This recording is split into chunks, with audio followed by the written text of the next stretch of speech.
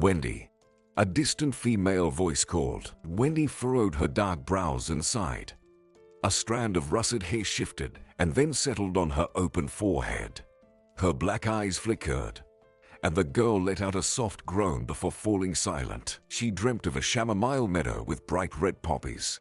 Wendy, clad in a long white sundress, floated above the greenery and flowers, her arms fluttering in the air like bird wings. Spinning under the warm rays of the sun, she gazed into the endless grassy sea, where the voice echoed repeatedly, "Wendy, Wendy." Flying towards the voice, she only encountered emptiness.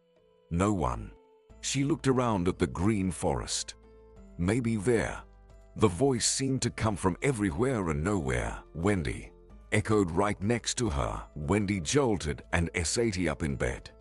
A lamp on a tall stand illuminated an old worn-out table, a shabby chair, a piece of floor covered in brown linoleum with gaps. The large round clock's hands froze at 2:30 in the night. Wendy grimaced. What a wonderful dream I didn't get to finish. Next to her, Mrs. Lawyer's figure froze. A grey worn-out robe adorned her broad shoulders, and a large blue button hung on a thread over her chest. The old woman's gaze was glassy, like that of a plastic toy. "Go to the 5th ward. There's another mess with that old man," Mrs. Loire said, her large hands slightly swaying, veins bulging ominously in the dim light. Wendy adjusted her hair. She searched for slippers with her feet, picked them up from under the bed, stood up, and reached for her robe. Mrs. Loire snorted. "Well done." Yawning, she shrugged her shoulders and went to the next room to catch some more sleep. Wendy quickly worked along the long hospital corridor. The ward did not please her with its appearance or smell. Dimly flickering old lamps, walls painted with dull green paint, and a noisy old refrigerator near the nurse's station. By morning, a small puddle would form under it, and someone would have to wipe it with a grey rag before rounds. The doors to the rooms were partially open, but it didn't make being inside any easier. Wendy had long learned not to notice the sharp smell of sick people, disinfectant, and human sweat. It was hard not to pay attention to the suffering permeating the air. From each room designed for sick, moans, snores, and sometimes whimpers echoed. Uncomfortable metal beds with thin mattresses creaked under the weight of bodies.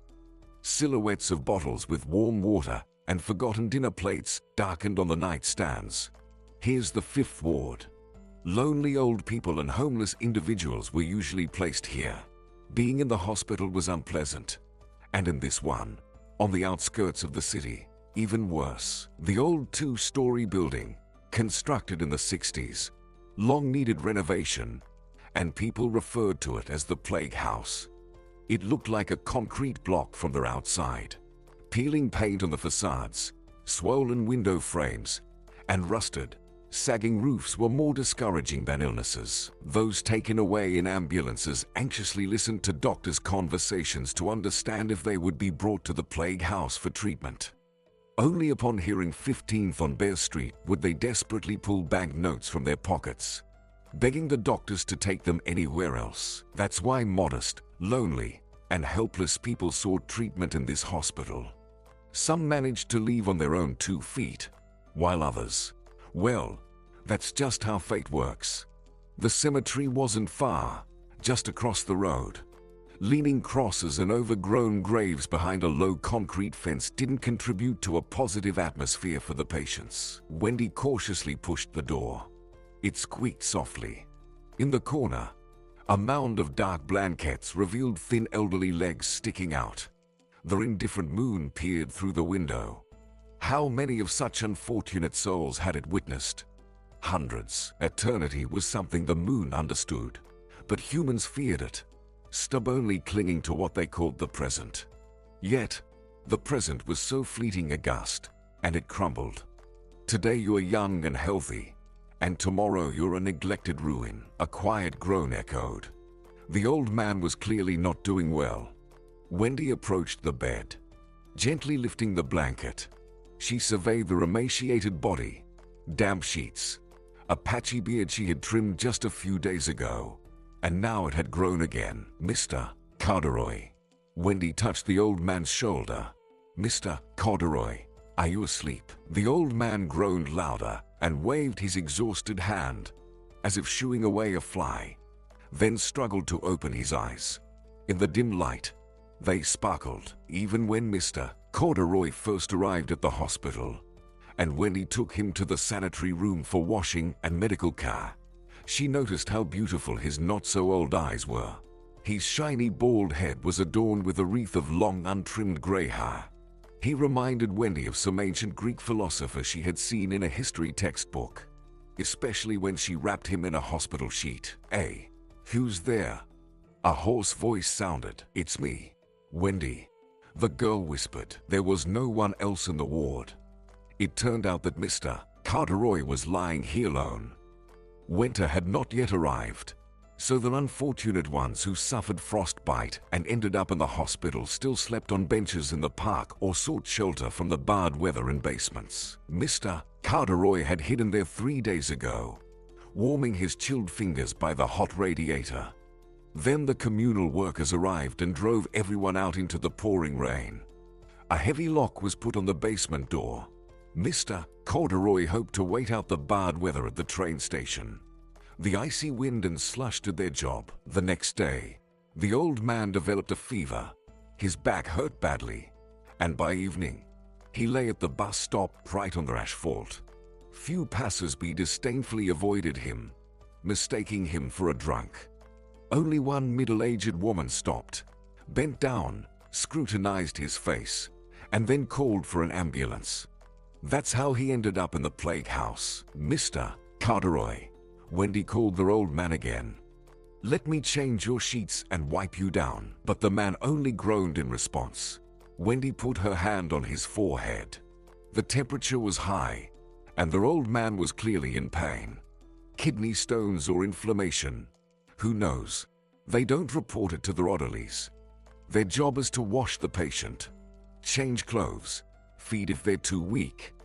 Without waiting for any response, Wendy turned the old man, changed the sheet, adjusted the blanket, and once again laid a cool palm on his head. Despite the heat, warm threads seemed to weave into Wendy's skin, instantly making her feel good and calm.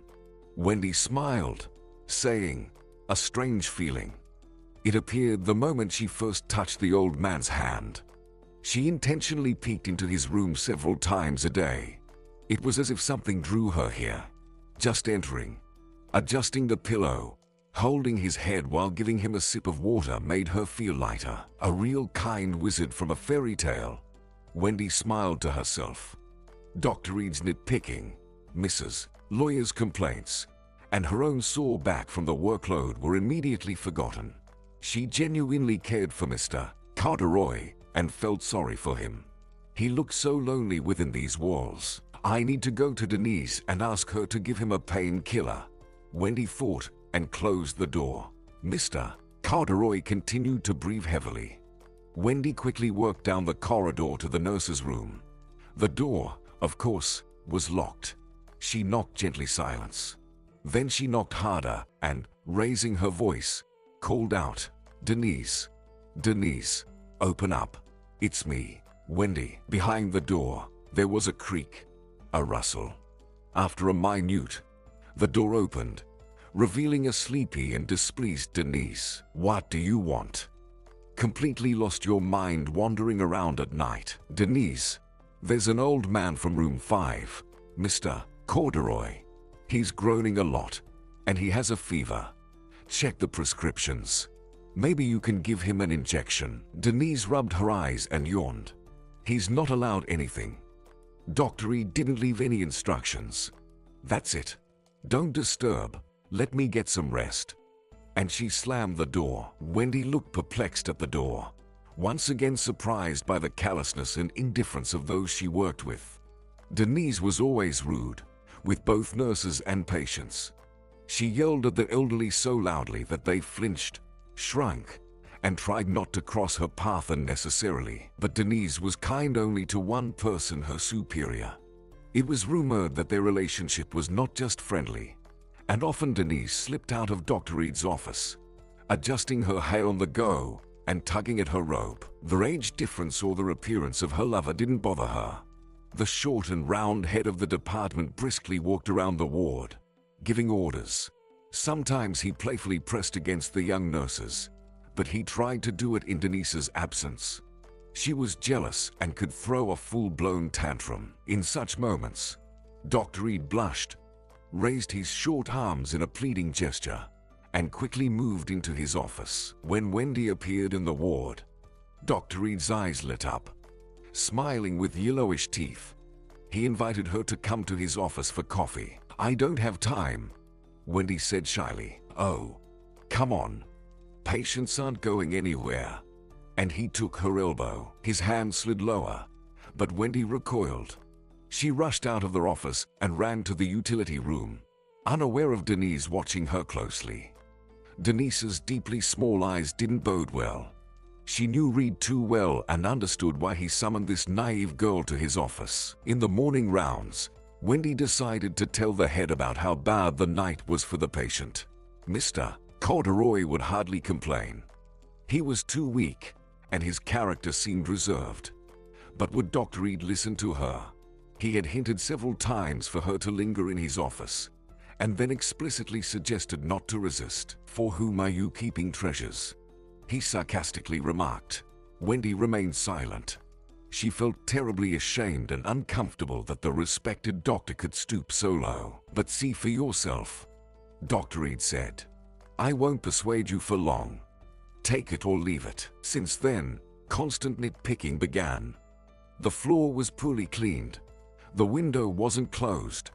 The laundry wasn't delivered on time. And Denise's assignments weren't fulfilled. Patients weren't mentioned in this list of complaints. The head had no concern for them. The main thing was for Wendy to keep up with other tasks, and those who couldn't complain would wait. Wendy understood perfectly well why her relationship with the staff had changed, but she endured, trying to be everywhere. Realizing that Wendy couldn't be broken, Dr. Reed ordered her to take all night shifts and be on duty for all holidays. "So what?" he grinned. "She has neither a kitten nor a child, so let her work." He would gladly have fired Wendy, but there was a shortage of staff, so they had to endure her, and seeing her was difficult. Every time the girl reminded him that he had lost and couldn't tame her. Wendy's fresh face, her figure, her hair, everything continued to stir the man's mind and blood. And Denise, what about Denise? It wasn't the same. Boring. One day, Dr. Reed entered the dressing room without knocking and found Wendy by the locker. She had just come for the shift. Combing her hair, she was getting ready to tie it into a braid or bun again. Watching her, Dr. Reed gasped. Imagination immediately painted Wendy naked. He imagined burying his nose in the fragrant locks, almost mewling. Wendy turned around frightened and paled. She probably saw the burning passion in his sick eyes. Dr. Reed said nothing, just smoothed the remnants of his hair with a sweaty palm, then turned and left, slamming the door loudly. The hospital continued to live its life. Old lamps hummed quietly on the ceiling. The refrigerator rattled. Wendy understood she couldn't fall asleep. Thoughts about the poor old man haunted her. Strange. And why did he get so under her skin? She returned to the 5th ward. The old man groaned quietly, as if sensing he wasn't alone. Wendy felt his forehead. Hot. What should I do to alleviate his condition in some way? She moistened a towel and applied it to his head. Gently, she smoothed his gray hair. There was no irritation or awkwardness. It felt like she was taking care of her grandfather. A thought flickered in her mind. She had no grandfather. No one. She was alone in this world. Initially, there was happiness, and then there was nothing. They say children don't understand themselves well before 5, but that's untrue. Wendy remembered every moment of her short and happy childhood. Mom, Dad, Grandma Rita, the cat Fluffy, and Goldfinch Sylvester. Her world, her little paradise. She lived with her parents in an old wooden house with a high carved roof and a little balcony. Mom worked at the library, and Dad was an engineer at the optical instruments factory. Wendy remembered how her dad carried her on his shoulders from kindergarten, and she hugged a bag of candies. At home, her mom awaited them with rosy pies. The teapot was already on the table, and an entire evening of board games and songs with a guitar awaited them. Mom's voice was not loud but clear, and Dad's was resonant. So much laughter and joy filled their home. Wendy hugged her parents around the neck, closing her eyes, savoring their love. Everything collapsed that night when Wendy stayed overnight at Grandma Rita's, and a terrible fire broke out in their house. Mom and Dad perished, and so did Fluffy the cat and Goldfinch Sylvester. The old wiring short-circuited, and the parents couldn't escape. 5-year-old Wendy remained with her grief-stricken grandmother. In one evening, she lost her only son and daughter-in-law. A few months later, Grandma found the strength to go to the ruins. She sat on a miraculously surviving bench near the jasmine bushes, embraced her head with her hands, and wept. Little Wendy, with frightened widened eyes, stared at the dreadful black ruins, feeling like an evil sorceress from a fairy tale had flown here and enchanted everything, turning it lifeless. Mom and Dad managed to transform into white swans and flew away, but they couldn't return for their daughter because the witch was stronger. They needed to wait, and Wendy patiently waited. They were about to leave with Grandma when Wendy clumsily stepped on a burnt plank. It cracked. Grandma grabbed Wendy's hand in fear, and a chod ring jumped out from under their feet. Grandma leaned down and picked it up. Stella's ring. She cried. It came to Stella from her mother. Looking at the unattractive ring, Wendy didn't believe Grandma. Her mother wore a different one, shiny, with a blue gem and an inscription inside. "This is your great-great-grandmother's ring, dear." Her mom caressed her head. "This is a keepsake. I'll give it to you later. You need to wait." Oh, how Wendy hated that word wait. Wait until your birthday. Wait until Christmas. Wait for summer. But now she agreed to wait for 1,000 years if only Mom and Dad would stop being swans and come back to her. "And do you have my grandfather's rings?" she asked, trying on the ring. The ring dangled and slipped off the thin pinky. Mom didn't answer the question. She just shook her head, and sadness filled her blue eyes. Grandma Rita, as best she could, cleaned the ring. Inside, the inscription became distinguishable again, 1880, and then either an 8 or a 9, unclear. The ring was kept in a black velvet pouch, and 3 months later, Grandma was gone. Her heart couldn't beat. The pouch with the ring ended up with a distant relative, and Wendy went to an orphanage. It wasn't good or bad there. It was just indifferent. Like her enchanted princess, she patiently waited for the witch's spell to dissipate and her old life to return. Tears tried to bother Wendy, but she just looked at them with a cold gaze. Soon, they left her alone. "Not of this world, girl," everyone said. Wendy went to the library, reminiscing about sitting at her mom's workplace surrounded by shelves of books and magazines. Her mom would hand her an album with magical fairy tale pictures, and Wendy would quietly flip through the glossy pages, marveling in admiration. The library was warm, and the scent of books filled the air. Red fire extinguisher canisters were scattered everywhere, making Wendy wonder why her mom, so protective of books, didn't protect herself. If only they had at least one fire extinguisher at home, maybe her parents could have survived. Wendy excelled in her studies, and there were suggestions for her to enter medical college. But the scholarship was meager, barely enough to live on. After leaving the orphanage, the question of accommodation arose. Director Mr. Sullivan helped Wendy rent a small apartment, but in another small town built around one of the factories. An uninteresting, depressing town. That's how Wendy ended up here. She completed nursing courses and got a job at the hospital in their infectious diseases ward. After leaving the orphanage, she visited distant relatives and, with little hope, inquired about the ring. Aunt Danny, aged and completely gray, brought out a velvet pouch. With trembling fingers, Wendy took out the ring and placed it on her palm. The blue stone didn't brighten. It became even grayer, as if it contained sorrow within itself. It turned Grandma's face the same way after the tragedy. But the stone endured, and Grandma didn't. Wendy took the memory of her mom and left. She had to try to live somehow. The old man coughed, and Wendy seemed to wake up. She didn't like to dwell on the past.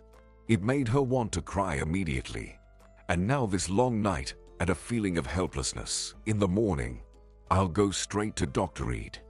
This can't go on. Wendy frowned.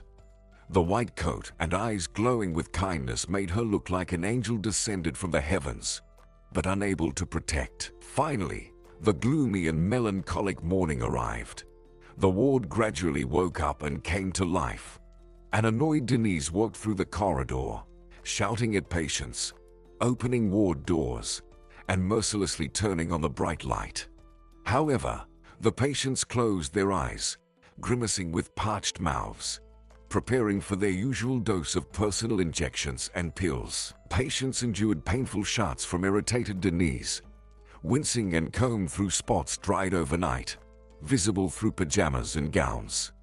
Dr. Reed arrived around 9 in the morning. By that time, the ward had breakfasted and hushed, awaiting the formidable doctor. Denise finished her shift but didn't go home. She rushed to the shower on the second floor and now, steaming, sat in the nurse's office, waiting for Reed. Wendy, pale after a sleepless night, quickly mopped the floor, hoping to have a minute with the head. It seemed to her that he just didn't know how bad it was for their old man in the 5th ward. In the morning, she once again changed his bedding, wiped his face and chest with a towel, and even asked the cafeteria lady to add sugar to his tea. She cut a slice of lemon and tried to give Mr. Corduroy a sip. He was conscious but confused. Only his dark eyes slightly cleared when Wendy persuaded him to take a sip. He drank a little but coughed. Having finished cleaning, she waited until the head of the department would come out into the corridor after his rounds. Dr. Reed. She called to him. The man turned around. Upon seeing Wendy, his eyebrows raised, and an unpleasant smirk appeared on his face. Had she changed her mind? Yes, Wendy. Good morning, he replied, approaching. I would like to inquire about the patient in the 5th ward. He had a fever all night and was clearly in pain. I changed his bedding and saw it. He's not doing well. Denise said there are no orders, but he needs treatment. Dr. Reed irritably pursed his lips and said, Since when do I have to report to a nurse? Who is he to you?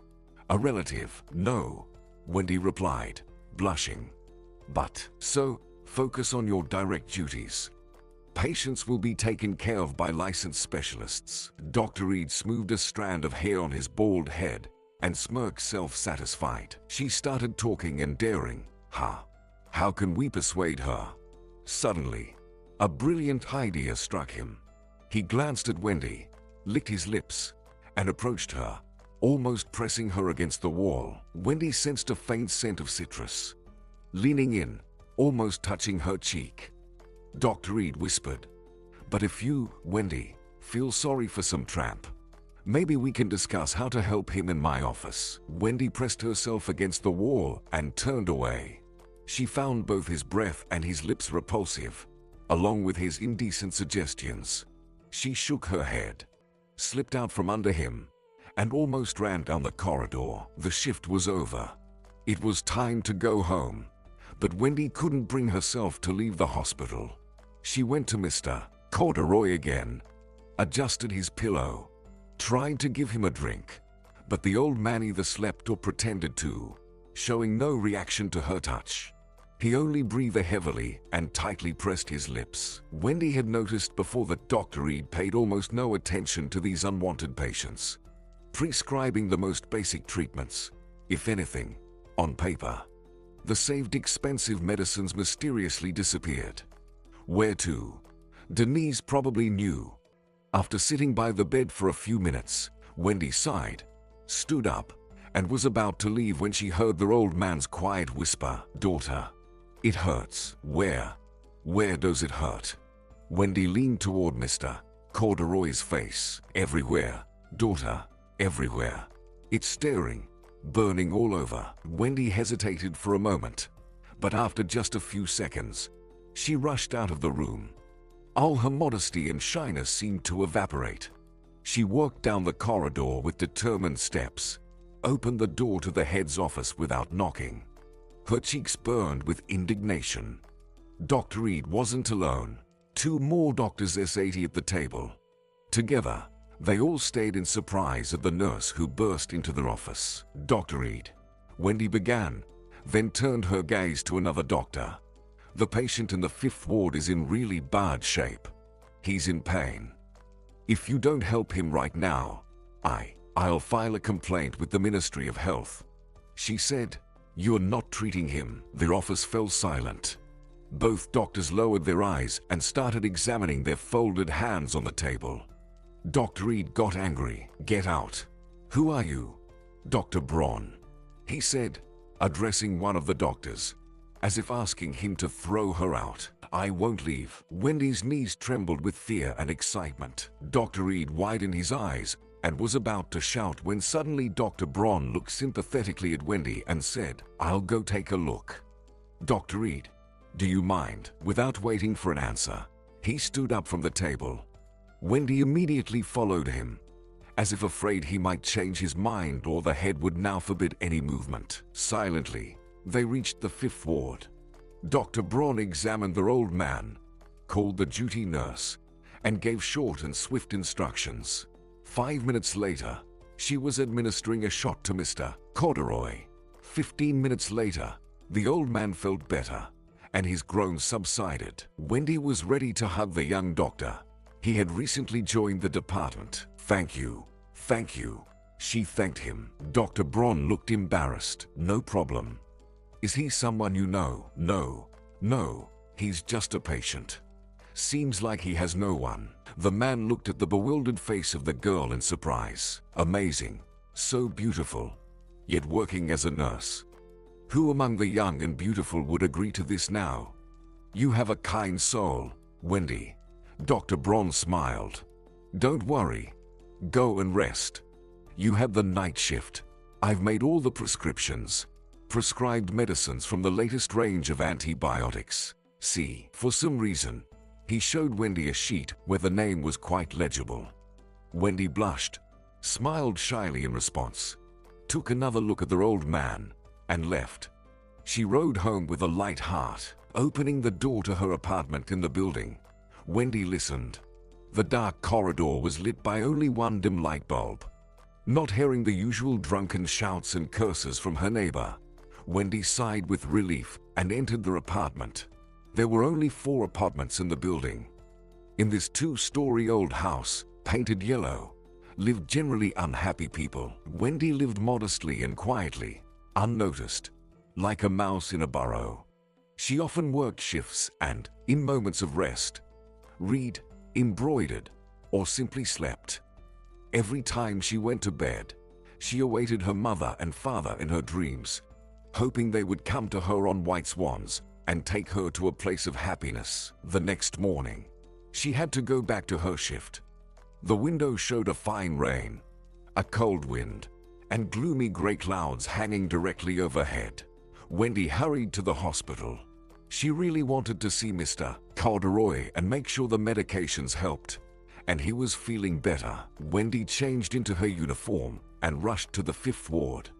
Even as she approached the door, she heard muffled moans. Her heart beat faster. Could the old man be so bad that their antibiotic didn't help him? Mr. Corduroy lay twisted, the sheet slipping almost to the floor. The water glass overturned, and the old man's lips had turned pale from thirst and pain. Wendy set about tidying him up. On her way to her shift, she stopped by the store and bought a large bottle of water, a couple of yogurts, a banana. But now she understood that their old man wouldn't eat anything except water. He drank it eagerly. What on earth is going on? Wendy almost cried. At the nurse's station, Denise S80 at the table, lazily flipping through a magazine. Denise, Wendy leaned toward her, exasperated. Did the patient in the 5th ward get his medication? Dr. Braun prescribed it. Oh, you're so annoying with your homeless guy. Denise replied, enough already. Dr. Reed cancelled all the prescriptions. Using such an expensive medication on him. She disdainfully pursed her lips. If you want, take him home and treat him as much as you want. But don't mess with normal people. Go mop the floors already. She yelled. Wendy remained silent. Went to the utility room for buckets and mops. Throughout the day, she contemplated how to help Mr. Corduroy. She tried to find Dr. Braun, but he had gone on vacation. She found another doctor, but he, after listening, mumbled that he wasn't authorized to go against the hospital director's recommendations and fled into the doctor's lounge. Out of helplessness, she wanted to shout, "He will die. His heart won't withstand it, or his kidneys will fail. Can this be allowed?" Wendy thought. Deep down, she already understood that no one would help, but her brain refused to believe it. Evening came. The patients gradually went to bed. Wendy mechanically performed her duties, changing the beddings, wiping the floor, and ventilating the wards. She only thought about how to help Mr. Corduroy. The thought of buying the medicine herself briefly crossed her mind, but it was insanely expensive, and Wendy was already stretching her pennies until her next paycheck. Besides, you couldn't get it without a prescription. Just as she finished her evening cleaning, a sinister thought came to her. She needed to take the medicine from the cabinet at night. No one would notice several packs missing. In surprise, Wendy even looked around. It seemed like their entire ward heard this terrible plan.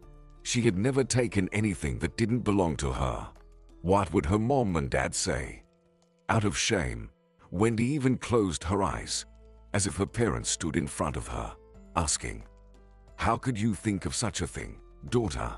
However, the intrusive thought refused to disappear, and no matter how much Wendy tried to convince herself, her certainty that it was their only way only grew.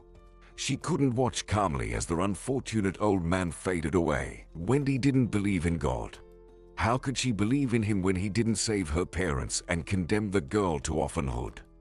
But she always knew that there was something powerful and vast, calling it the universe, and believed that it defined what was good and what was bad. There is falsehood for the greater good, so there must be sin for salvation. Wendy remembered that Denise was on duty today, and she never left the key in the drawer at the station. She always took it with her.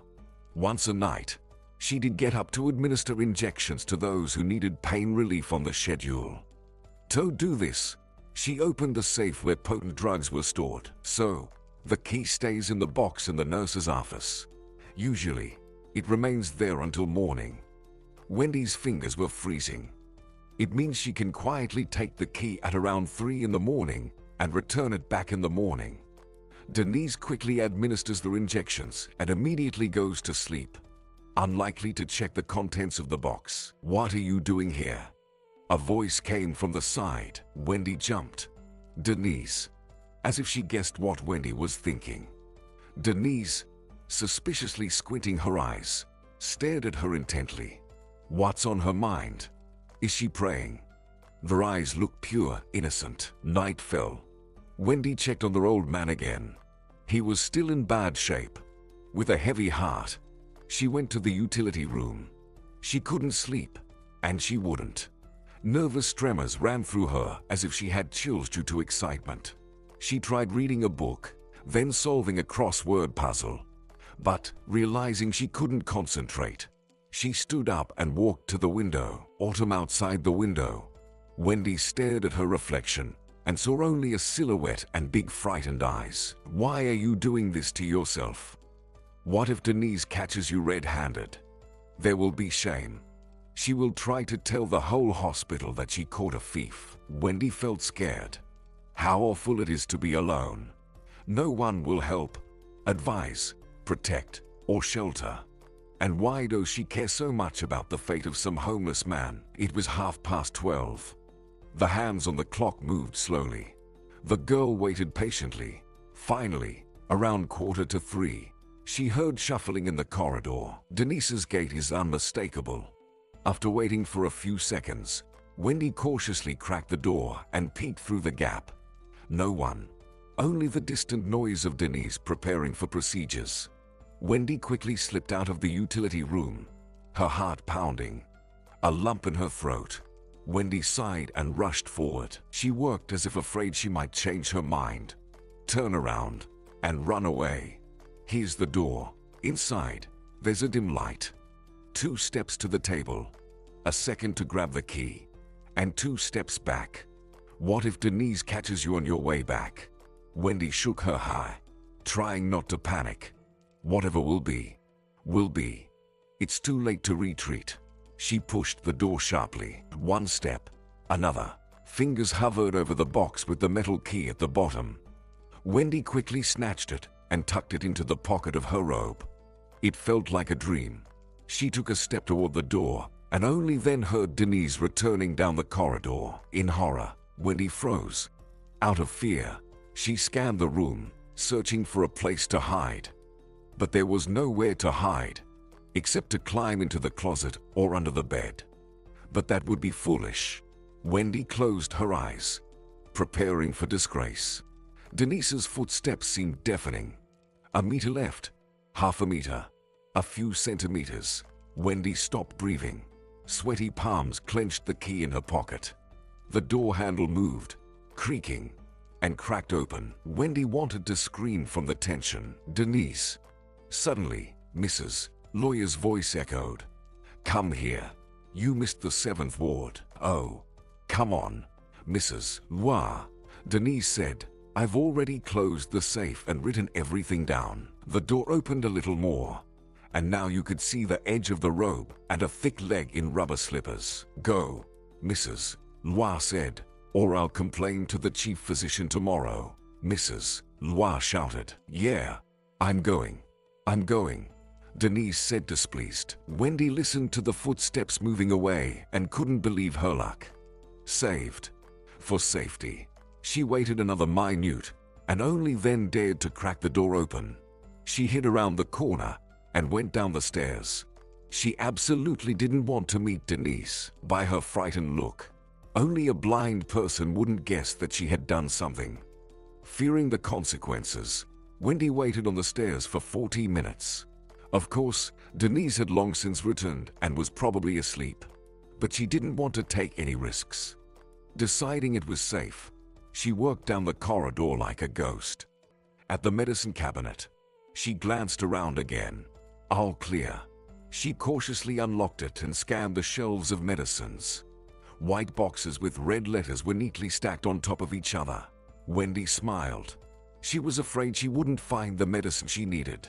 She carefully took out one package and put it in the pocket of her robe, then thought for a moment and took another one. A noise echoed in the corridor. Wendy's heart raced. She quickly turned around, but it turned out to be a door slightly ajar due to a draft. She locked it and, pouring a glass of water, hurriedly worked to the 5th ward.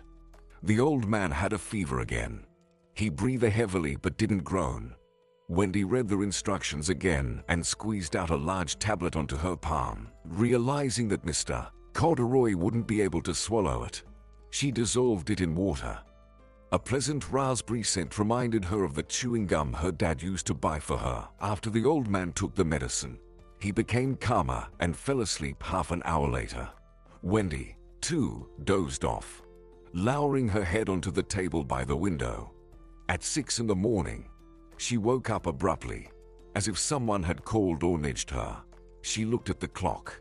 Shouts from Denise were already audible from the depths of the department. Wendy approached the bed. Mr. Corduroy was sound asleep. He breathed almost without wheezing, and his face cleared. She touched his forehead. The skin was damp, but there was no fever. All the worries and doubts she had experienced evaporated.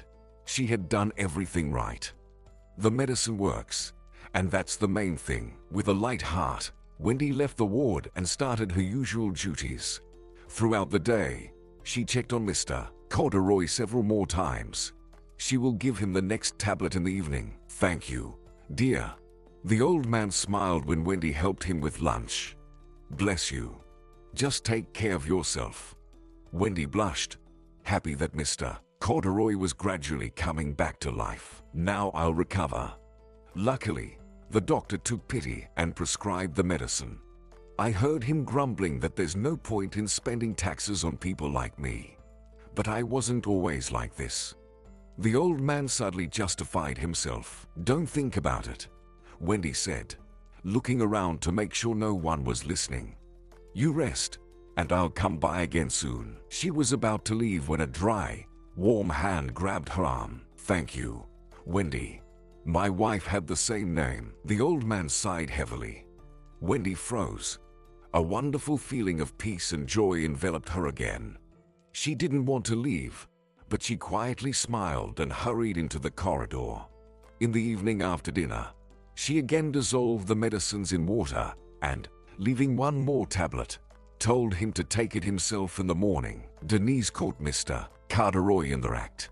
She looked into the ward just when he patiently waited for the tablet to dissolve. He thought about breaking it in half again and taking it that way, but decided to do it the way Wendy did. "What are you mixing here?"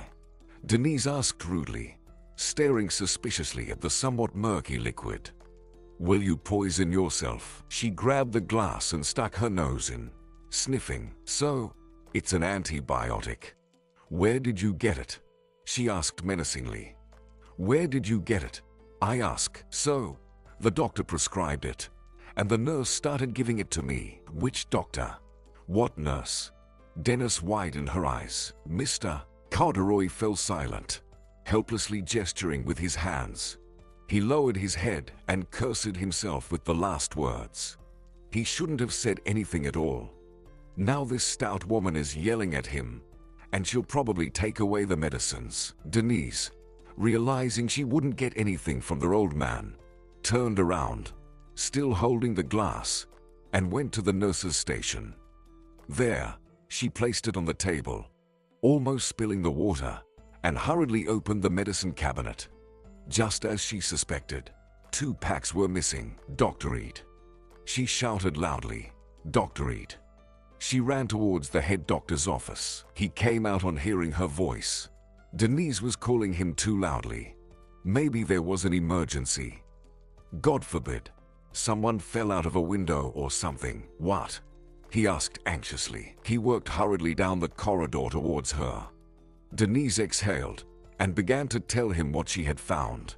The head doctor listened attentively. Having finished with Denise, Dr. Reed went to the 5th ward. Mr. Corduroy continued to sit in the same pose. Amidst the turmoil caused by the medicine, he already understood that something bad had happened. And the worst part was that it was his fault. "Where did you get this?" the head doctor asked the old man. "Wendy gave it to him, Dr. Reed. She was on duty at night and ran in here all the time." "Wait, what about the key?" Suddenly, the head doctor turned around. "You should have the key." Denise widened her eyes, blushed, and suddenly said, "Maybe she made a duplicate. Imagine how much medicine she's take already.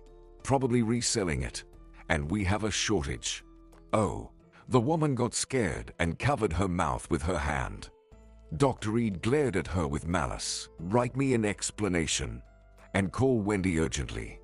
We'll conduct an internal investigation." "I found these tablets," Mr. Corduroy's voice suddenly sounded. "I felt unwell, and they were at the post, on the table, so I decided to drink them. No one gave them to me. I stole them, took them from the table myself." "Your attempt to defend the hospital employee is commendable," Dr. Reed sarcastically said, "but it's useless. We'll handle it ourselves." He grabbed the doorknob and said to Denise, "Continue the treatment the same way since." He didn't finish his sentence and, waving his hand, went into their office. Images of Wendy, tearful and pleading not to be fired, flashed in his mind, willing to get closer to him. Even sinful thoughts made him feel hot. What luck that she made such a mistake. An hour later, Wendy knocked on Dr. Reed's office door. "Come in," his voice sounded. Wendy took a deep breath, opened the door, and entered. To her surprise, the head doctor was alone in the office. "Well, Wendy," he said kindly, rising from his desk. "Come in. Let's talk about your little pranks. I hope you won't resist. You've committed theft. It's very serious. I haven't involved the police yet. Maybe we can settle this ourselves." "Ha. What do you think?" Wendy stood there with her head down. Dr. Reed approached closer and, unable to resist, ran his trembling fingers over her skin. The girl flinched. The man walked to the door and turned the lockbolt. "So, what do you say? We can bury this matter. You just need to be more cooperative." Dr. Reed pursed his lips and extended them toward her face. She recoiled. Probably, if a cold slug had crawled over her skin, it wouldn't have been as repulsive. Dr. Reed noticed it. His upper lip twitched in irritation. "Well then," he said and moved back to the table. Dialing the head doctor's number, he briefly explained the situation. Wendy, frozen in horror, watched him with tearful eyes. Oh God, what a disgrace. She wanted to sink deep into the ground. Then everything became blurry. The table around which the heads, doctors, and someone from the administrative department gathered. Wendy remembered a not-so-young woman who looked at her sympathetically, saying something about resigning voluntarily. But Dr. Reed vehemently disagreed. In the end, she received a settlement and was dismissed for a breach of trust. A day later, when Wendy hurried in the early morning to collect her remaining belongings from the locker, she saw her photo on the notice board near the reception with a caption that read, "Shame of the entire team." Denise was standing there, explaining something to the people gathered around her. They noticed Wendy and began scrutinizing her as if she were an animal in a zoo. The girl blushed and quickly turned towards the stairs. Her eyes were filled with tears. What was she guilty of? What did she do to deserve all this? "You're a nasty, Denise," Mrs. Loire exclaimed. "Watch out. Don't choke on your own venom." She followed Wendy into the changing room. A minute later, she was gently stroking Wendy's head with her palm. "Don't worry, dear. Don't cry. Your old man is getting better now. They're giving him medication. So, you saved him. God sees everything. It'll count for something." And she hugged Wendy to her chest again. "Where is this God of yours?" Wendy thought angrily. Where? He never existed. Otherwise, Mom and Dad would be alive. Grandma wouldn't be lying abandoned. And that scoundrel wouldn't be bothering me. There was so much bitterness in her soul. And the injustice of it all hurt the most. "Here, take this," Mrs. Loire handed Wendy a paper-wrapped bundle. Take it. And don't you dare refuse." Her words sounded rough, but Wendy knew the woman's exterior was deceiving. She hadn't had an easy life either. Wendy understood that there were money in the bundle and didn't know how to refuse so that Mrs. Loire wouldn't be offended. The woman forcefully put it into Wendy's hands. This time, Wendy cried again, but this time it was tears of gratitude. "Go somewhere, dear. Go far away. That scoundrel won't let you live peacefully here. No hospital will take you in this town. Look elsewhere. And when you get back on your feet, learn something. Go to college or become a master's. You're young, beautiful, smart. Most importantly, you're kind, with a pure heart. I'll pray for you, that God sends you happiness." She patted Wendy on the back. "All right, Wendy," she said warmly, giving her a tight hug. "Go on, I'll look after the old man. Don't worry, you have nothing to be ashamed of. Lift your head high and go. Let them all die of envy." Wendy hugged the warm woman tightly once again, thanked her, and kissed her soft cheek. She left, while Mrs. Loire sighed and headed downstairs. There, she pushed aside the giggling nurses and attendants, shoved Denise with her shoulder, and abruptly took down the announcement with Wendy's photo from the wall. Denise opened her mouth to protest, but Mrs. Loire gave her such an unfriendly look that she fell silent. The others, also silenced, hurried about their business. Mr. Corduroy waited for Wendy all day. Anxiously, he glanced at the door, hoping to hear its creak, and his heart leaped with joy. He wanted so much to see Wendy's kind face again. He had grown accustomed to her, as to a close relative. But instead of her, a woman entered the room. Without uttering a word, she started cleaning the floor. The silent Mr. Corduroy pulled the blanket higher. The medicine was helping him. He could now work to the bathroom on his own, and his appetite had returned. He was only troubled by the scandal with the pills, and Wendy seemed to be involved in it too. The old man blamed himself for being so careless, but who could have known? Now he worried why Wendy hadn't come anymore. Was she offended? She cared so much for him, and he, an old man, let her down. He deserved to be upset. Let it be. The main thing was that she wouldn't face any trouble because of him. Excuse me. He finally decided to address the woman in the blue robe. Do you know where Nurse Wendy is, Mrs.?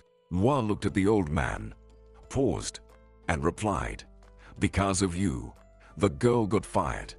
She left, resigned, she said. Mr. Corduroy flinched. Something terrible had happened. Because of him, all this happened. He sat on the bed, slid his legs down, and began searching for his slippers. Something needed to be done, some way to help her. He had to go to the head, write a complaint what was happening. How was this possible? Don't make a fuss here, the cleaner said. It's all done. Your main task is to get better. I promise to look after you and pray for the girl's health. If not for her, you would have died a long time ago. The next morning, the whole hospital was in turmoil. By 8 o'clock, Dr. Reed appeared in a white coat, walking down the corridor, giving orders. The attendants and cleaners were washing the floors and walls. Nurses were tidying up the stations and rooms. Patients were arranged in their beds, and a warning was issued that their old fridge would be thrown out, and privileges would be revoked if anyone left food on the bedside table. Staff removed worn-out blankets and sheets, stashing them away in the storage room. In return, they were given new linens, and those who could manage to make their beds, wondering about the unexpected stroke of luck. The department buzzed like a disturbed beehive, yet no one knew exactly what caused all this commotion. Eventually, it became known that the mayor of the city was scheduled for an unplanned visit around lunchtime. A surprise, one might say. Everyone froze. The mayor indeed arrived, albeit a bit later than lunch. All the patients lay still during the post-lunch rest. They barely breathed on the clean, new sheets and pillowcases, wondering if they would be taken off after the mayor's visit or left permanently. The administration deliberately chose to visit the plague house, knowing full well what was happening in that hospital. With elections coming up in the spring, Mr. Quinlan, aspiring for a second term as mayor, wanted to promise increased funding on camera and, in the summer, initiate major renovations and procure new equipment by selecting a place with more significant issues and challenges. How it will actually turn out there is unknown. He would gladly help, but there are always numerous buts. Nevertheless, a hospital visit would serve as an excellent PR move, and future voters would likely cast their ballots for him. The hospital staff, in particular, could receive funds for a bonus. Mr. Quinlan was accompanied by a whole entourage, the chief physician and heads of departments. Camera operators zoomed in on the mayor's concerned face as he attentively listened to requests, gave orders to his assistants, and surveyed the peeling walls and old windows. Shaking his head, Mr. Quinlan ascended to the second floor. He wanted to visit the ward, talk to the electorate, reassure patients that they would soon receive treatment in improved conditions. Dr. Reed froze, licked his dry lips, and began opening doors, hoping the mayor would be satisfied with inspecting one or at most two rooms. The patients obediently stayed still in their beds. Mr. Quinlan was tireless. He sat on a chair, peered out the windows, and planned to inquire if anyone had complaints or wishes. Eventually, he moved on down the corridor, precisely towards the abandoned Fifth Ward, where they didn't bother maintaining order much, hoping that the higher-ups wouldn't venture there. "What do we have here?" he inquired. "It's just a ward. One patient is being treated from the less fortunate, but we provide qualified assistance to everyone, regardless of their status," Dr. Reed explained, "so there can be no complaints." Mr. Quinlan looked at the huddled-up patient. Mr. Carteroy didn't lift his gaze. He cowered before the big boss. So many people were following him, and there was even television. He wished he could recover faster, find out from the janitor where Wendy lived, and go thank her and apologize for how things turned out. If there was anything else he could do to help, he would. But what could he offer? Mr. Carteroy stared at the well-cleaned linoleum, at the shining polished boots of the authorities. The mayor surveyed the ward and, turning to the camera, smiled. "No, of course, repairs are needed, and repairs will be done, I promise." "Here, Mr. Carteroy," the hospital administrator reminded the mayor, peeking at the papers. "Yes, dear Mr. Carteroy will confirm. I promise to allocate funds for the hospital's renovation." And then Mr. Quinlan fell silent. With a gesture, he signaled to turn off the camera and suddenly turned towards Mr. Carteroy, furrowing his brow. Several seconds passed. The whole entourage stayed silent, praying that the mayor wouldn't cause a scene. Why else would he look so attentively at this old man with gray hair? "Mr. Carteroy," Mr. Quinlan suddenly asked, "Allow me, but..." And then the mayor smiled, as if he had met a long-lost relative. "Mr. Carteroy, it's you. You taught us math at secondary school number 2, from the 6th grade to the graduation, and you handled geometry. Oh, I received a lot from you." The man laughed. "Tom Quinlan." He finally pronounced it. "You are articulate but lazy." "Yes, Mr. Carteroy, you always used to say it just like that. To me and my parents. You'll need math, Quinlan." The mayor pointed a finger, reminding the teacher of his own words. Mr. Carteroy weakly smiled. It's something, his student becoming such a high official. It seemed that his more than 40 years of work at school were not in vain. Not in vain. He had nurtured so many doctors, engineers, scientists. He even thought he had raised his daughter right. "How delighted I am to meet you." Mr. Quinlan opened his arms, but then he seemed to hit an obstacle. He scanned the gloomy green walls, frowned at the shabby iron bed and chair. Surprised, he raised his eyebrows, looking at where the elderly man and distinguished teacher were situated. He turned to the hospital administrator in confusion. "Excuse me.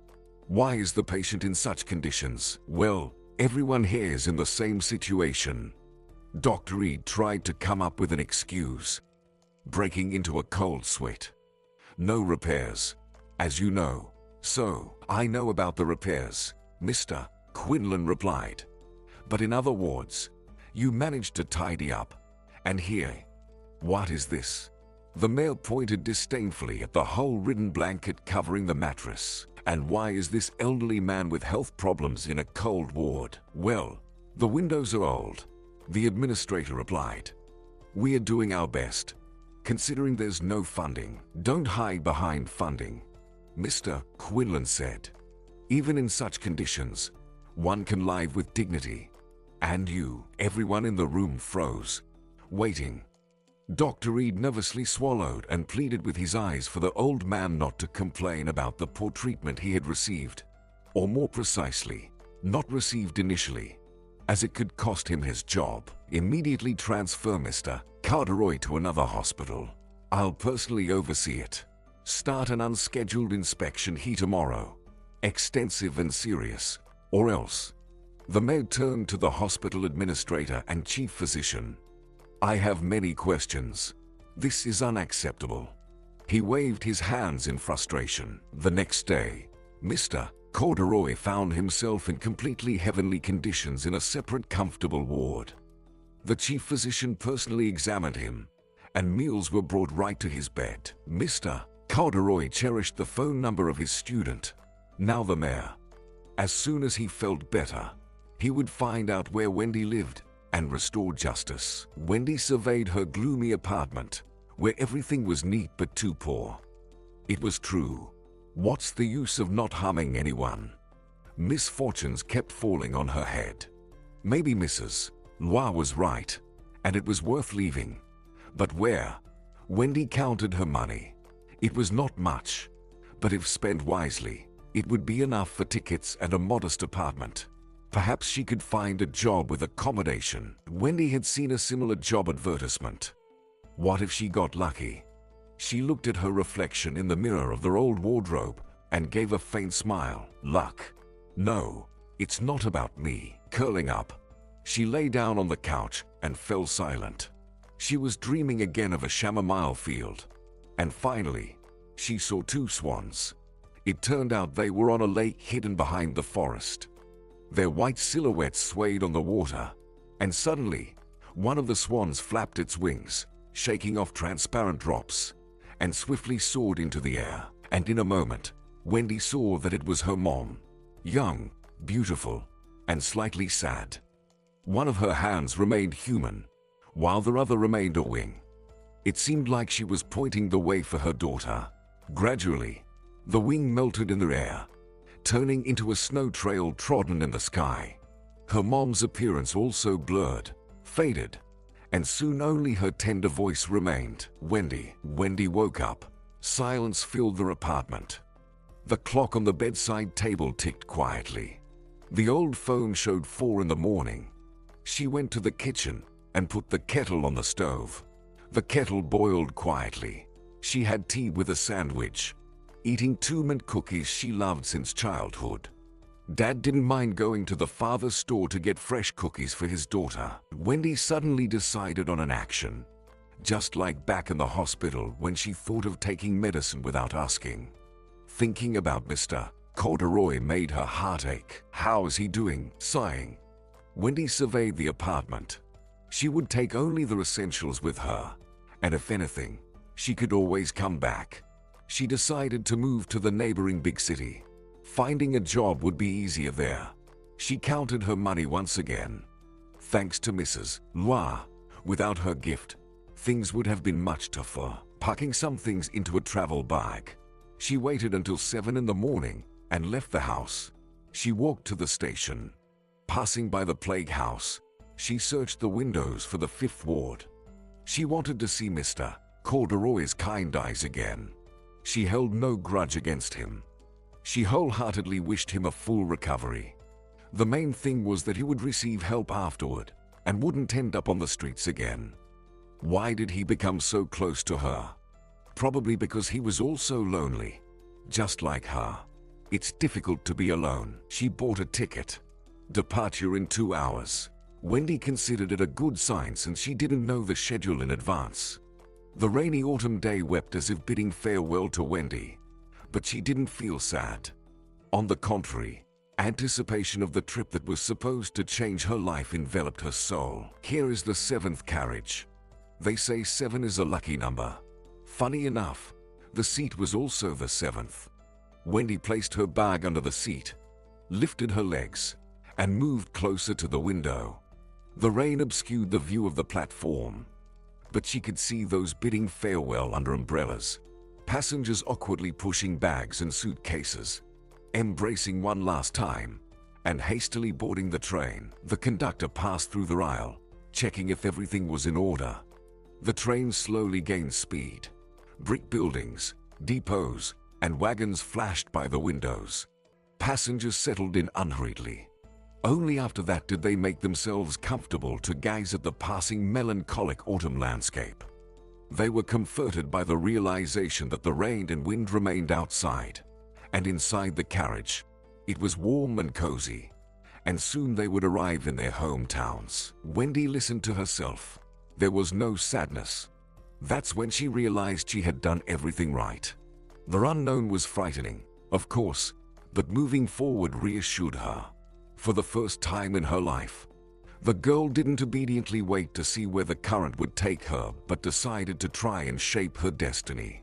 Swaying to the rhythm of the train, She imagined that on both sides, two white wings supported her, like swans or perhaps angels. 2 hours later, a woman entered the carriage at a major station and took a seat opposite.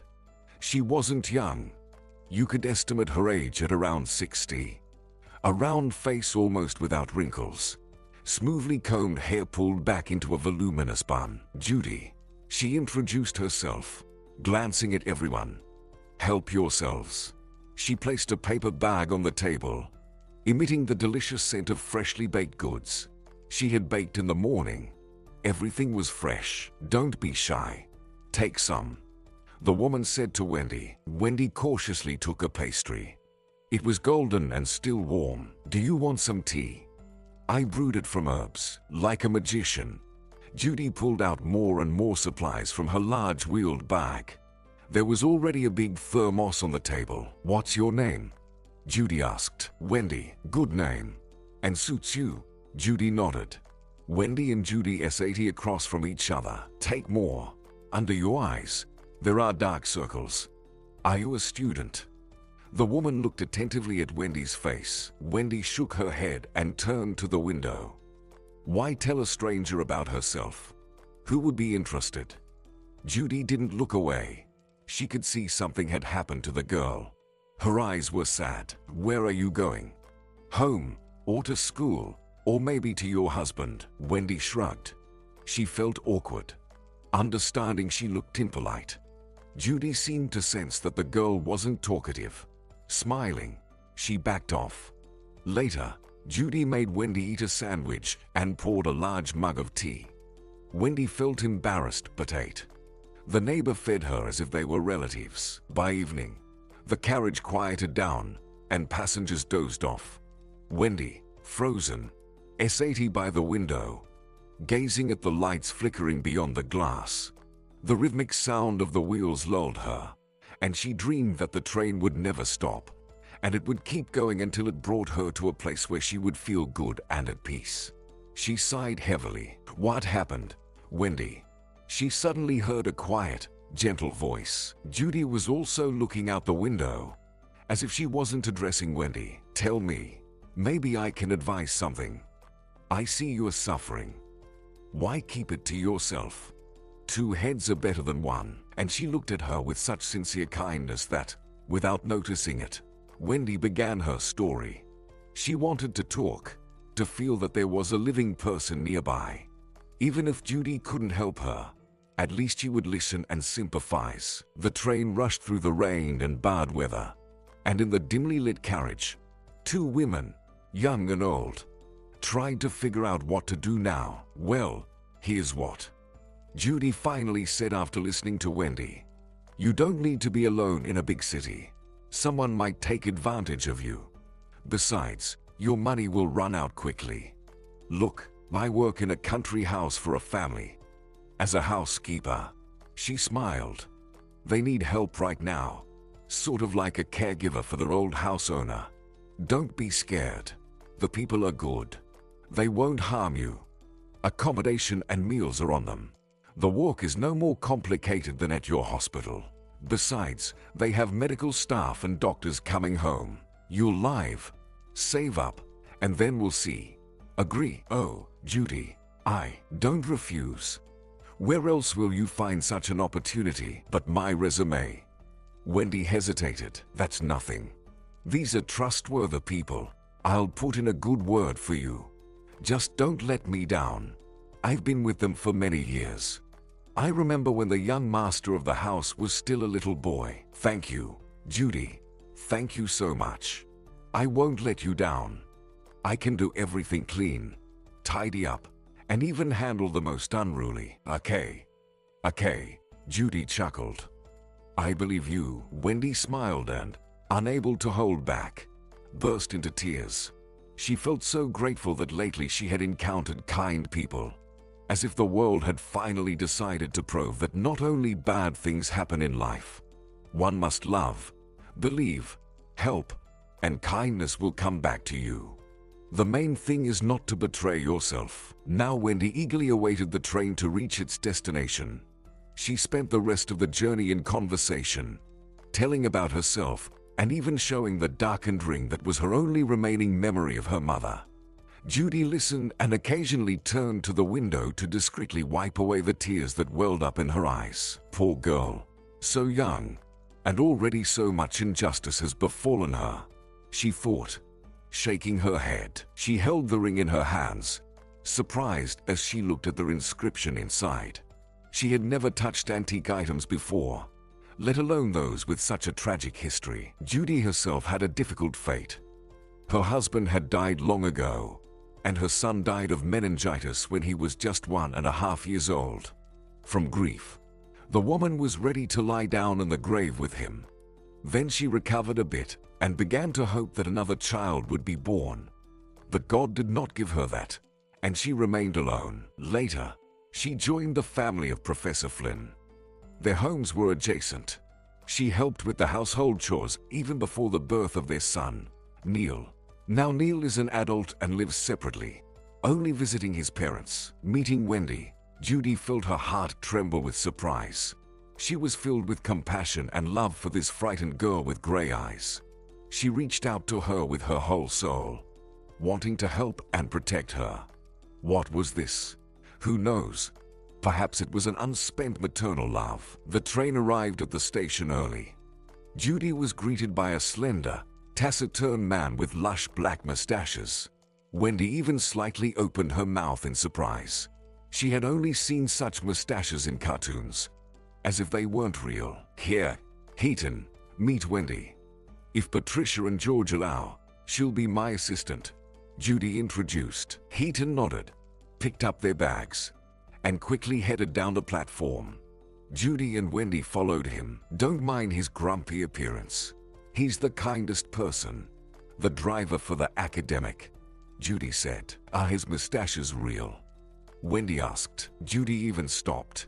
She looked at the girl and suddenly burst into loud laughter. Heaton turned his head to see why Judy was laughing, and, twitching his mustaches like a cat, continued walking. Oh, you've amused me. Of course, they're real. You should see how he combs them every morning. It's his main pride, Judy said. Wendy blushed and, scolding herself for being impolite, hurried to join everyone at their exit. Watching Heaton slightly hunched back, she thought that he must surely have a big car. How else would he fit his long, thin legs? In the parking lot, an entirely ordinary car awaited them. Small and not too large, white in color. Heaton got inside. It was evident that he had long been accustomed to the inconveniences caused by his height. Judy sat in the front seat, and Wendy found herself in the back. It was both frightening and interesting. Where was she going to arrive now? She really wanted to make a good impression on their academic and his wife, and stay in their house.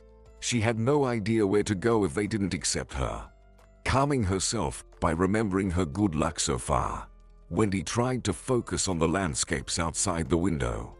Passing broad avenues and streets that were already filling with cars, Heaton turned onto a country road. Private houses stretched along the road. They looked diverse and heterogeneous. Some were old wooden houses, very similar to 19th century homes. Next to them stood 2- and 3-story stone mansions, while modern cottages designed for single families hid in between.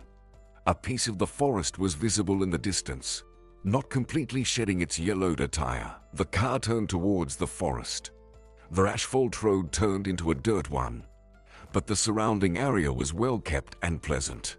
Trees were everywhere. How beautiful it is here in spring and summer, Wendy thought, gazing at the trees. Look, there are berries over there, Judy said, as if reading her thoughts. Sometimes I work there with Lumpy. That's a dog. We got her to guard the house, but it turns out we have to guard it ourselves. She's a kind soul. Wendy smiled, imagining the friendly dog. The news about the dog cheered her up. Good people don't mistreat their pets. Soon, a green low fence appeared, behind which a pointed roof peeked out. Wendy's heart suddenly raced, and she felt her mouth go dry from excitement. Judy was also a bit nervous. This unexpected visit with a stranger felt strange, but she bit her lip. It couldn't be that they wouldn't like Wendy. The automatic gates opened, and the car slowly entered. Wendy looked at Judy with fear. "Well, what are you waiting for? Let's go." Judy sighed and opened the door. Wendy instantly fell in love with the house she saw. It was a modern 2-story cottage stylized to look like an old house. Arches, pointed roofs, a small attic, all of it made it resemble English stone houses that still exist in green valleys. Wendy discovered there was a fireplace in the house. The grey walls were covered with branches of wild grapevine. Its leaves had long turned red and now quivered in the autumn wind. The area around the house was well kept, as if a gardener had worked on it. There was no visible garden, but perhaps it was behind the house. Emerald lawns with late autumn flowers delighted the eyes. A bit further away, utility buildings were visible, and beyond them, the forest began. Dark spruces grew on the northern side, protecting the house from the cold wind.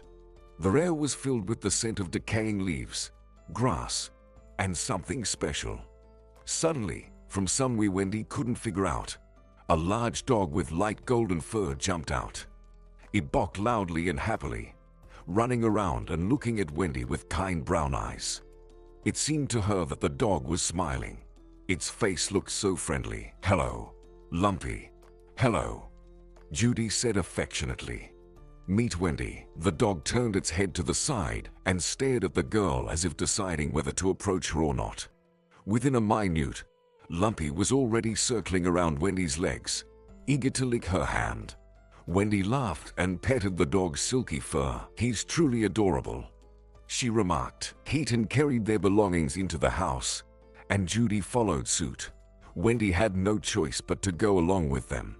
Suddenly, she felt a shyness engulf her. How would she be received in this large and beautiful house? A spacious living room with panoramic windows welcomed them in silence.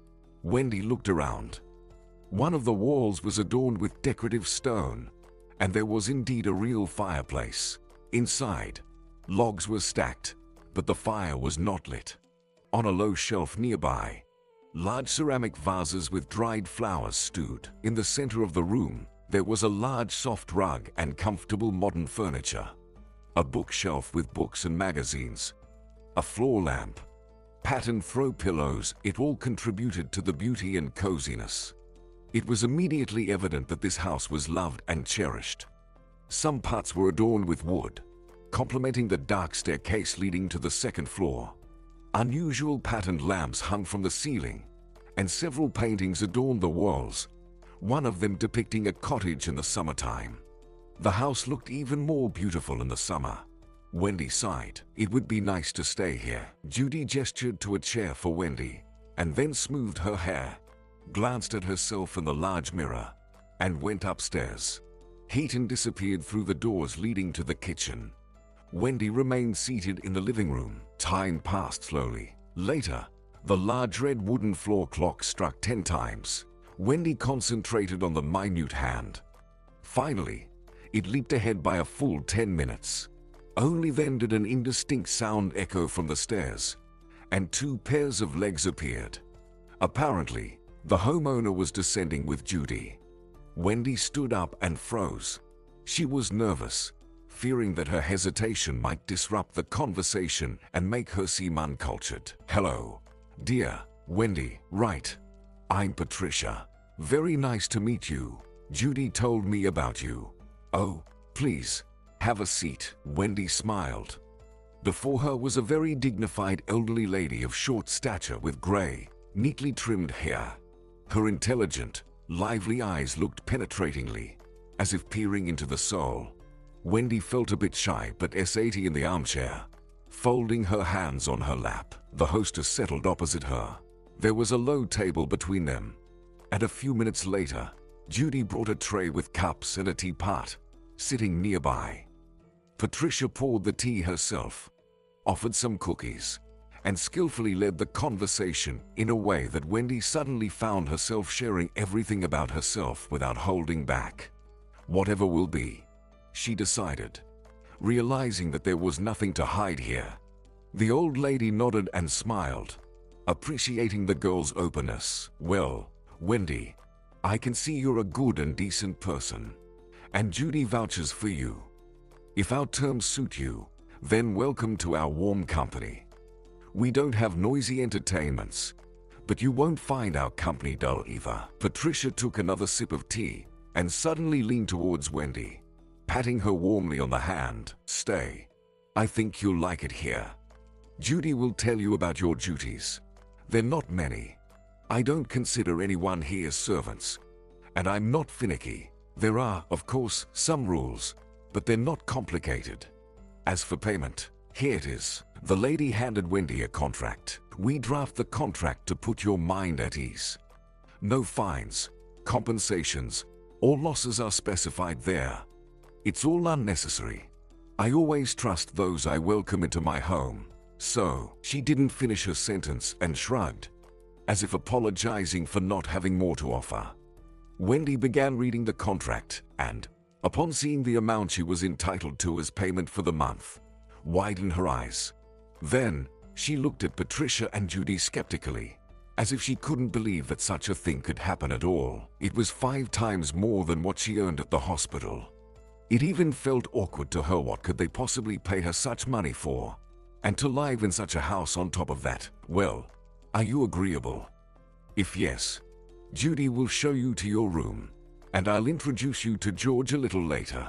He's busy with procedures now. Wendy nodded and hurriedly started filling in the empty fields in the contract.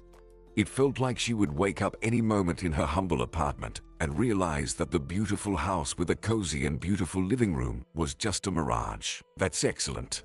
I'm very pleased. Patricia smiled and stood up. Wendy hurried to get up too. A blush appeared on her cheeks from excitement, making her look even prettier.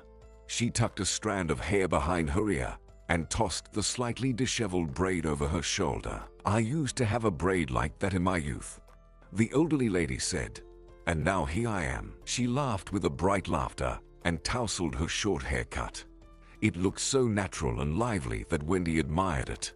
How wonderful it is when a person, even at such an elegant age, still loves life. She understood that she would settle into this house. It accepted her, and she felt good here. Judy cleared the dishes and led her ward upstairs to show her room.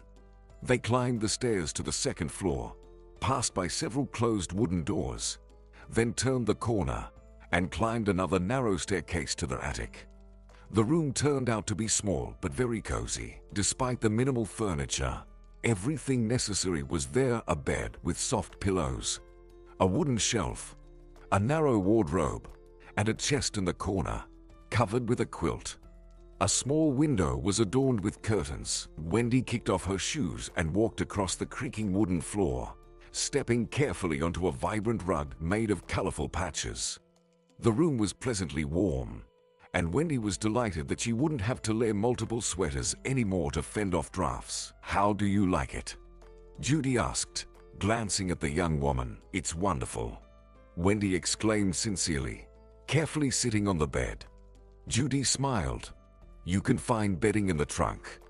Come on, let me show you around, including the bathroom, and explain your responsibilities in the house. And so, Wendy stayed in the Flynn house. She didn't predict what would happen next. Time will tell. In the evening, she laid out the freshly scented sheets, put on a clean shirt, and slipped under the covers. A small night light glowed overhead. Outside, an unusual silence prevailed, and the house filled with the rhythmic breath of sleep. Wendy felt her eyes getting heavy, and within a minute, she was sound asleep. Her new life unfolded with calm and peaceful days. In the morning, Wendy first visited George, helping him freshen up. Then, she fed him breakfast and, wrapping him up warmly, took him out to the veranda. The forest wind blew through the open windows as George squinted, enjoying the autumn sun on his face. Lumpy rushed over, happily jumping around, inviting Wendy to play on the lawn. She got annoyed and chased him away. Go on, Wendy. Take a break. I'm not tired yet, George, she replied. Without reminders, she handed the professor a book, and for an hour and a half, he immersed himself in collections of scientific articles and anthologies.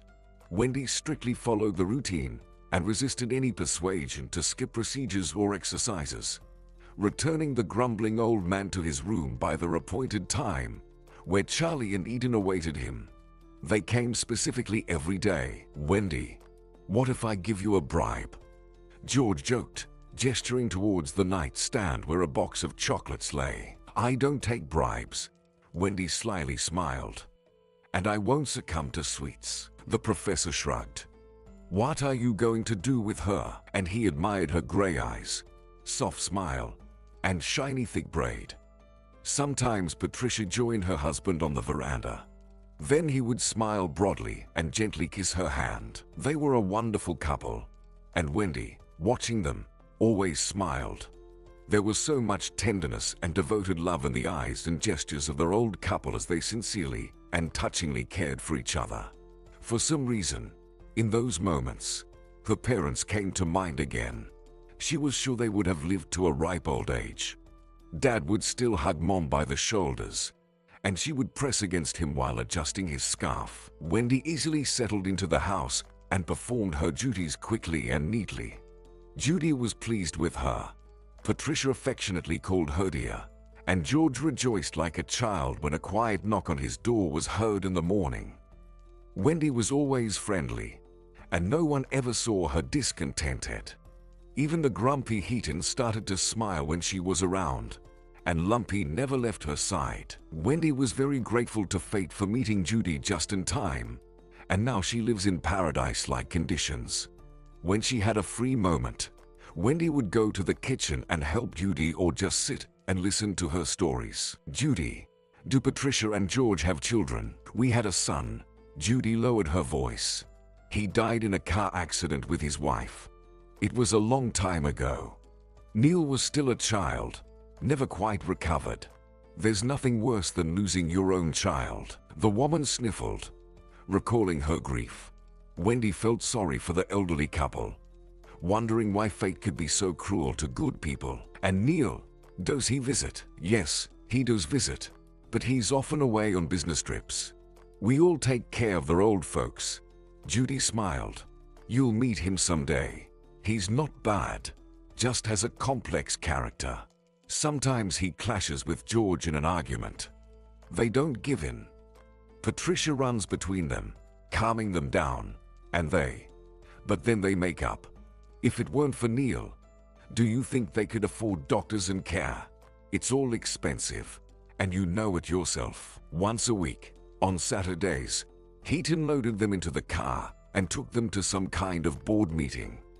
Wendy stayed with George, making sure he took his medication on time, feeding him, and if he felt unwell due to the weather or pressure, she sat nearby in a chair to help when needed.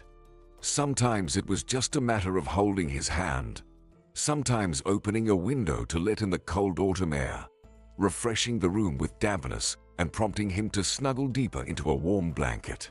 Then the old man's cheeks would flush, and he would gratefully glance at his helper. Soon he would feel better. Wendy closed the book and glanced at the clock. It was time to give the medications. Her attic window faced the forest, so she couldn't see or hear who was approaching or entering the yard. All her hope was on Lumpy, but the friendly dog just wagged his tail and looked at strangers with joyous shiny eyes. The staircase almost didn't creak under her light steps. Wendy gently knocked on the door and, opening it, shuddered. Next to George's bed, leaning over the old man, stood a stranger.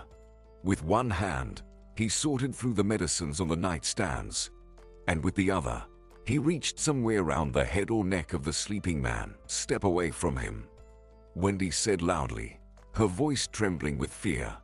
But she had no intention of leaving the helpless elderly man alone with this unknown intruder. The man by the bed froze.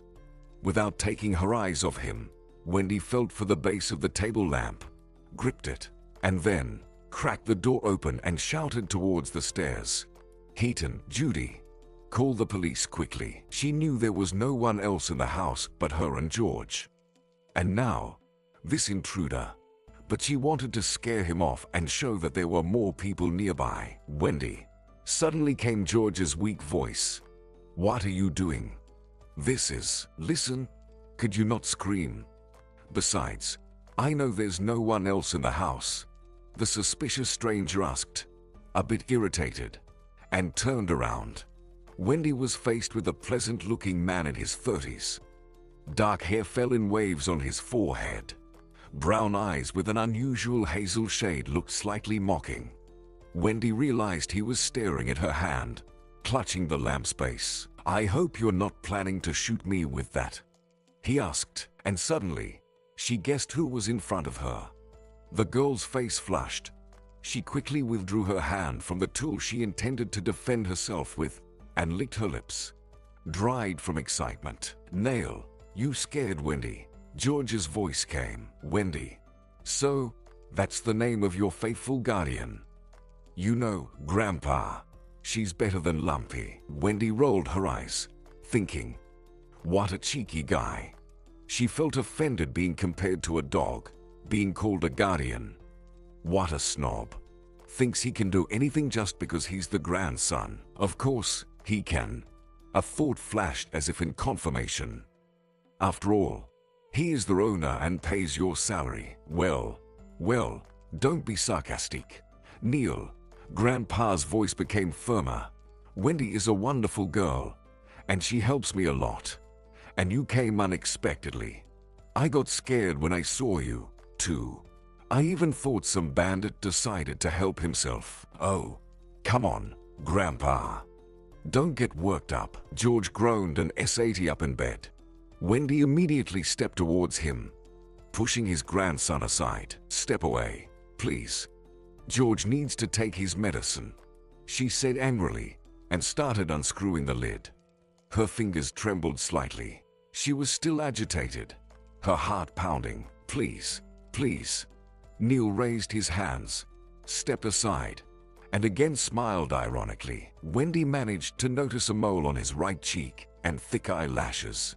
He might have had a slightly oversized nose, but even that didn't greatly diminish his quite attractive appearance. His eyebrows were as thick and straight as his grandfather's. Feeling Neil's gaze on her, Wendy placed the tablets in George's palm, held his head, and gave him water to swallow them.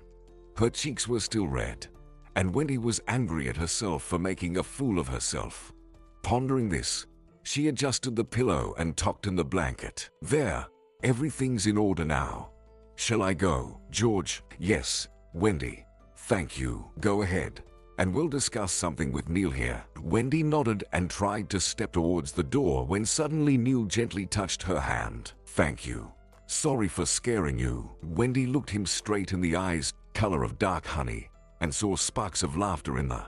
She was completely bewildered and, muttering something incoherent, rushed out the door. Neil's warm fingers left a burning sensation on Wendy's wrist. The old man's voice echoed from the room, followed by Neil's soft laughter. Angrily frowning, Wendy hurried downstairs. Why hadn't anyone warned her that the grandson would arrive today? She wouldn't have ended up in such a ridiculous situation.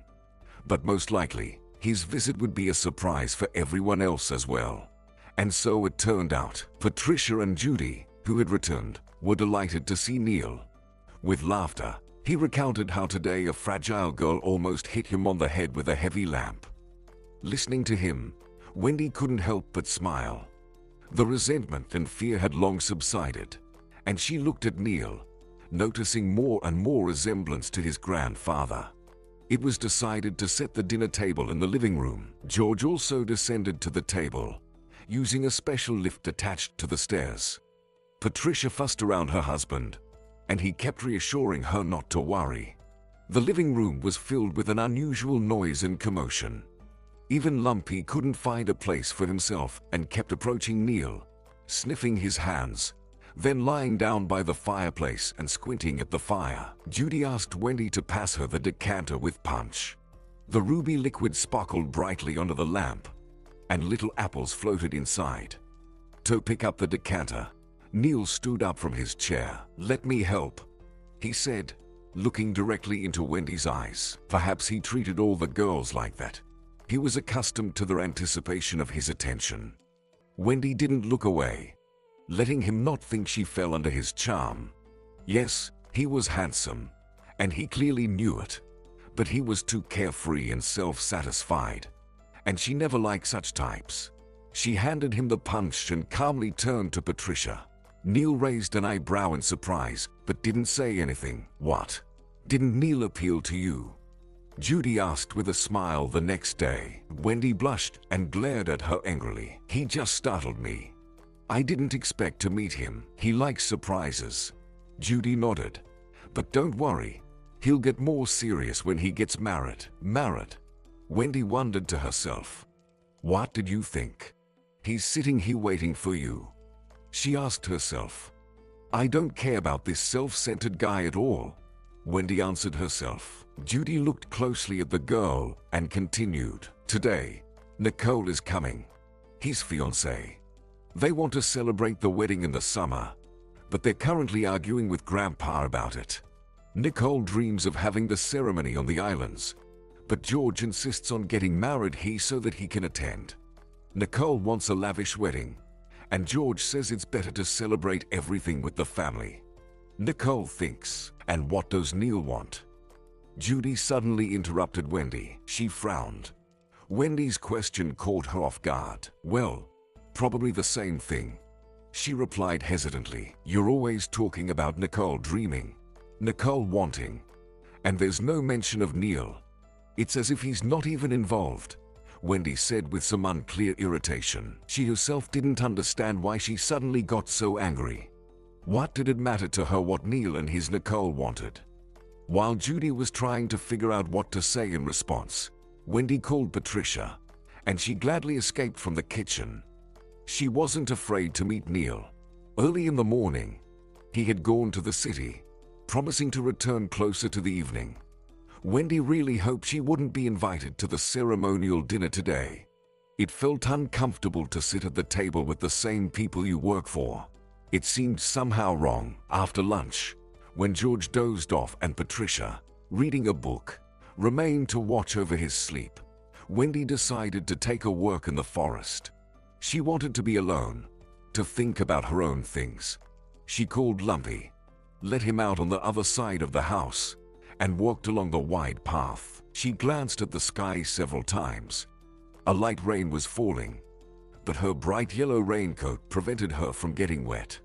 Lumpy ran ahead, sometimes returning to Wendy, trying to put his dirty paws on her, and wagging his tail cheerfully. Wendy enjoyed breathing in the moist air. Among the tall, dark firs, she carefully stepped on crunchy cones, pushed aside rare branches of shrubs, and listened to the creaking trunks swaying in the wind. Suddenly, she found herself in a shady twilight. It was much darker in the forest than on their approach to it. Wendy stopped in fear and looked back. Lumpy didn't run far ahead anymore. He timidly worked beside her. A squirrel suddenly darted out. Wendy flinched and laughed. The squirrel flashed its gray-red tail and raced away. A crow cawed several times, and its cry reminded her of the hospital and the autumn days when she saved Mr. Corduroy. Why did he come to her mind now? What happened to him? Maybe she should call Mrs. Y at the hospital and ask if their old man recovered. How could she know that Mr. Corduroy had long ago found out her address and immediately went to her after being discharged? He listened to her neighbor in bewilderment. She left. She didn't tell anyone anything, just packed up and left somewhere. Maybe she found some man. The neighbor told him. Mr. Corduroy went outside, shaking his head. Because of him, what was he going to do now? But Wendy didn't know any of this. Lost in her thoughts, she continued walking farther and farther. Then she stopped. She needed to go back. Suddenly, on the side of the path, she noticed some movement and strange rustling sounds. In a moment, a gray hedgehog appeared among the fallen leaves. Wendy smiled, almost like in a fairy tale. She wanted to take a closer look at it, so she bravely stepped on the bumps. She wasn't afraid to get her feet wet. The rubber boots she borrowed from Judy protected her reliably. How and when her foot sank into a fairly deep pit, Wendy didn't understand. It happened in seconds. Bam! And Wendy was already lying on her side, a sharp pain piercing her ankle. She screamed. The hedgehog quickly disappeared into the bushes, and the crows cawed louder, scattering in different directions. Wet leaves stuck to her jeans, and her hands were covered in mud. Lumpy jumped around. He whined and tugged at Wendy's raincoat, urging her to get up. She tried to stand, but it hurt a lot, and stepping on her right foot was impossible. Most likely, a sprain or a strain. What to do now? She had gone far from home and hadn't told anyone. She crawled to a wet moss-covered tree and leaned against it. There was a fleeting hope that the pain would subside gradually. Then she could, limping but slowly, make her way back. But the leg continued to hurt, and standing up was impossible. Well, I can't crawl through the forest. Wendy chuckled in desperation. Lumpy whined again and touched her cheek with his cold nose. Another half hour passed. It was getting completely dark, and Wendy began to freeze. The rain intensified. Why didn't I just sit in a warm room? Wendy scolded herself. Something cracked deep in the forest. Wendy stretched her neck, peering into the thicket. Somewhere far away, a train hummed, and the wind rustled the branches again. Lumpy, Lumpy, home. Go home. Wendy suddenly ordered the dog. The idea that the dog could help her grew stronger. She just had to hope he wasn't foolish and could bring Heaton or Judy here. She just needed to get to the path. From there, she could slowly hop and reach home. Wendy petted Lumpy and repeated, "Run home, home." Finally, the dog understood what was expected of him and hesitantly ran onto the path. He sprinted ahead but returned after a few seconds, lifting his paws and giving Wendy a questioning look again. She repeated the command loudly. Lumpy seemed to bounce in place and, a blur of fur, disappeared behind the trees. Wendy remained waiting. Raindrops ran down her face, and it was getting colder. The wet, cold ground seemed to drain the last warmth from her body. Wendy tucked her reddened palms into her pockets and curled into a ball. She could feel her foot swelling inside the boot. Time crawled slowly. It became completely dark, and Wendy feared that Lumpy might have lost his way. Now no one would find them. She started to cry. Branches rustled in the distance, and suddenly, shouts were heard, accompanied by the beam of a flashlight. Lumpy's loud barking echoed, and Judy's voice rang out, "Wendy, Wendy, where are you?" Wendy tried to shout back, but her throat tightened into a spasm, and she coughed. She could hear the crunch of pine cones and twigs under the boots of those who came to help her, and suddenly Neil's face leaned over her. He anxiously looked into her eyes. "What? Your foot? Which one?" Wendy sobbed and laughed simultaneously. Judy, attempting to wrap her in the blanket she brought, and Lumpy, barking loudly and bustling between them, causing chaos. Neil restored order. He straightened up and said loudly, "Judy, step back and take the dog. Wendy, can you lean on me and slowly stand up? I'll help you." Wendy nodded uncertainly, biting her lip in pain and awkwardly clinging to the man as she got up. She couldn't put any weight on her foot. Neil, holding her around the waist, helped her onto the path. Wendy breathed heavily but tried not to groan. She felt embarrassed for causing such a commotion in the house. Neil instructed Judy to go ahead and not interfere. "Judy, go home. Prepare dry clothes, painkillers, and an elastic bandage. Let's see if we can manage without doctors. It seems like just a sprain." Judy obediently complied, and then the unthinkable happened. Neil lifted Wendy in his arms and carried her towards the house. She tried to say something in protest, but he just held her tighter. He didn't stop once during the entire way, ignoring the mud on his white sneakers and the wet hair sticking to his forehead. Patricia greeted them on the porch, pacing around, throwing her hands up, exclaiming, "Darling Wendy, how could this happen? Why didn't you say you were going to the forest? And what if not Lumpy?" Oh. Neil carried Wendy into the living room and settled her into a chair. Someone removed her raincoat. Shoulders were covered with a warm blanket, and Judy was already handing her a cup of hot tea with lemon. Wendy shivered and chattered her teeth. Whether from the cold or the ordeal, it was hard to tell. Neil knelt down and delicately attempted to remove Wendy's boot, causing her to yelp. Scissors were brought to cut the not-so-high boot.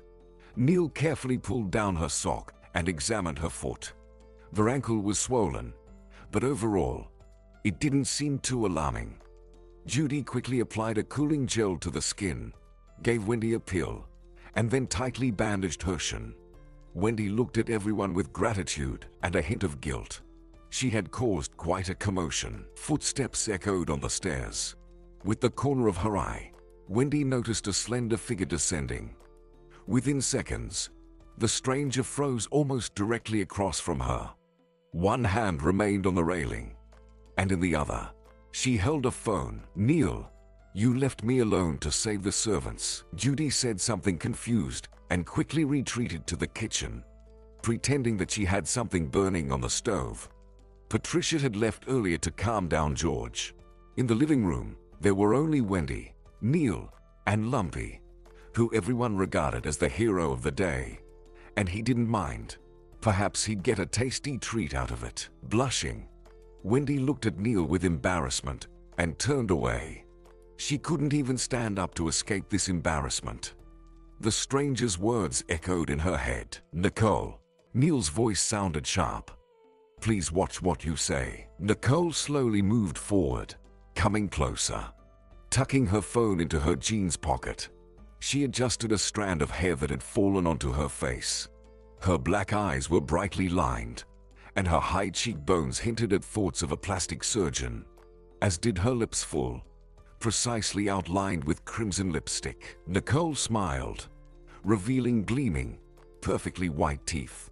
Her slender thighs hugged light gray jeans, and a black blouse exposed tan skin and a perfectly flat stomach. A snake-shaped charm dangled on a chain over her high chest. Her eyes sparkled predatorily in the lamplight. Wendy felt uncomfortable. There was a sense of danger emanating from this young, confident woman, much like from a real reptile. Crossing her arms over her chest, Nicole stood directly in front of Wendy and began to scrutinize her coldly, as if she had seen some kind of exhibit. Her face froze in a mixture of contempt and arrogance. Wendy immediately realized that she wouldn't find common ground with this girl. Fortunately, Judy and Patricia returned to the living room. When Nicole saw the homeowner, her facial expression instantly changed. Now it was a doll-like face of a naive girl with wide-open eyes.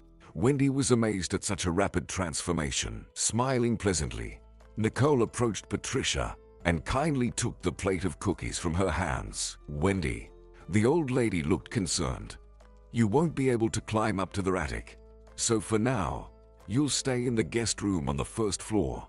Everything you need will be close by. And, of course, you need rest until you recover. No heroic deeds around the house." She wagged her finger. Nicole snorted, and approaching Neil closely, she embraced him around the waist. Hugging tightly, she reached up and kissed him on the cheek. It was evident that she had no qualms about displaying her affection in public, and everyone was accustomed to it. Neil politely freed himself and moved toward the fireplace. There, he sat in an armchair and, losing interest in everything around, leaned down to clear the embers and add more wood. Nicole promptly perched on the armrest closer to Neil.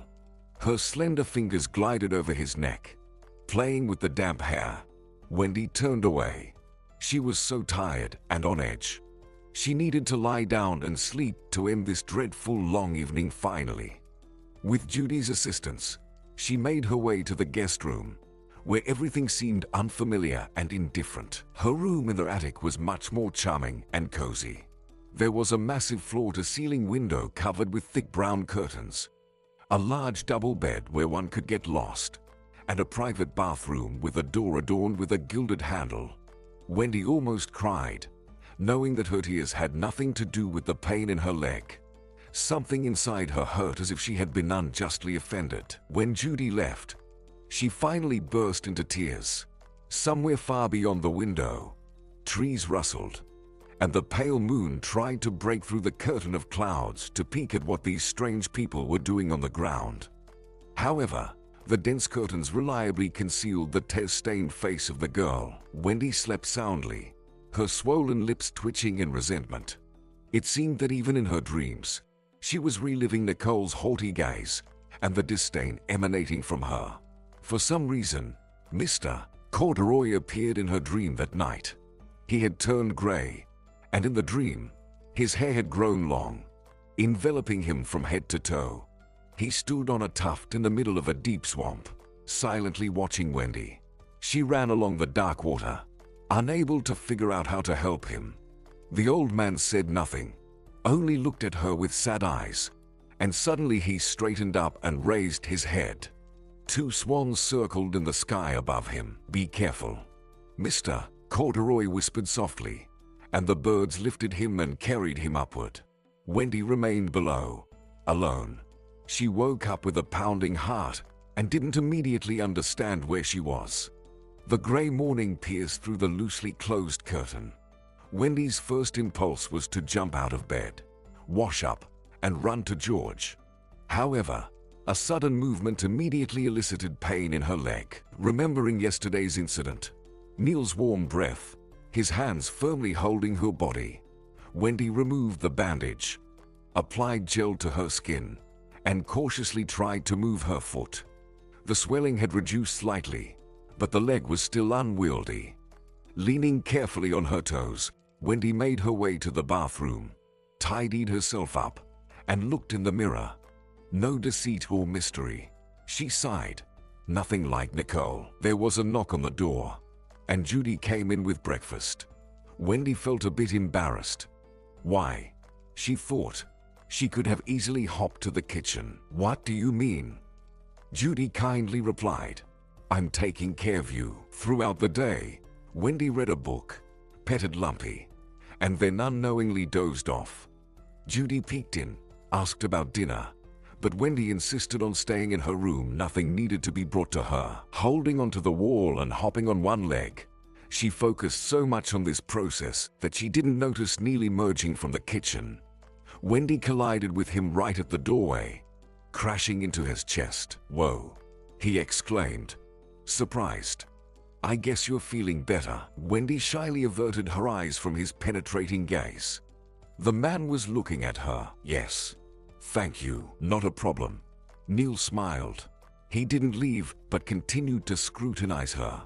Wendy felt uneasy about her bare feet and her overall homely appearance. "I might as well have come out in pajamas," she scolded herself.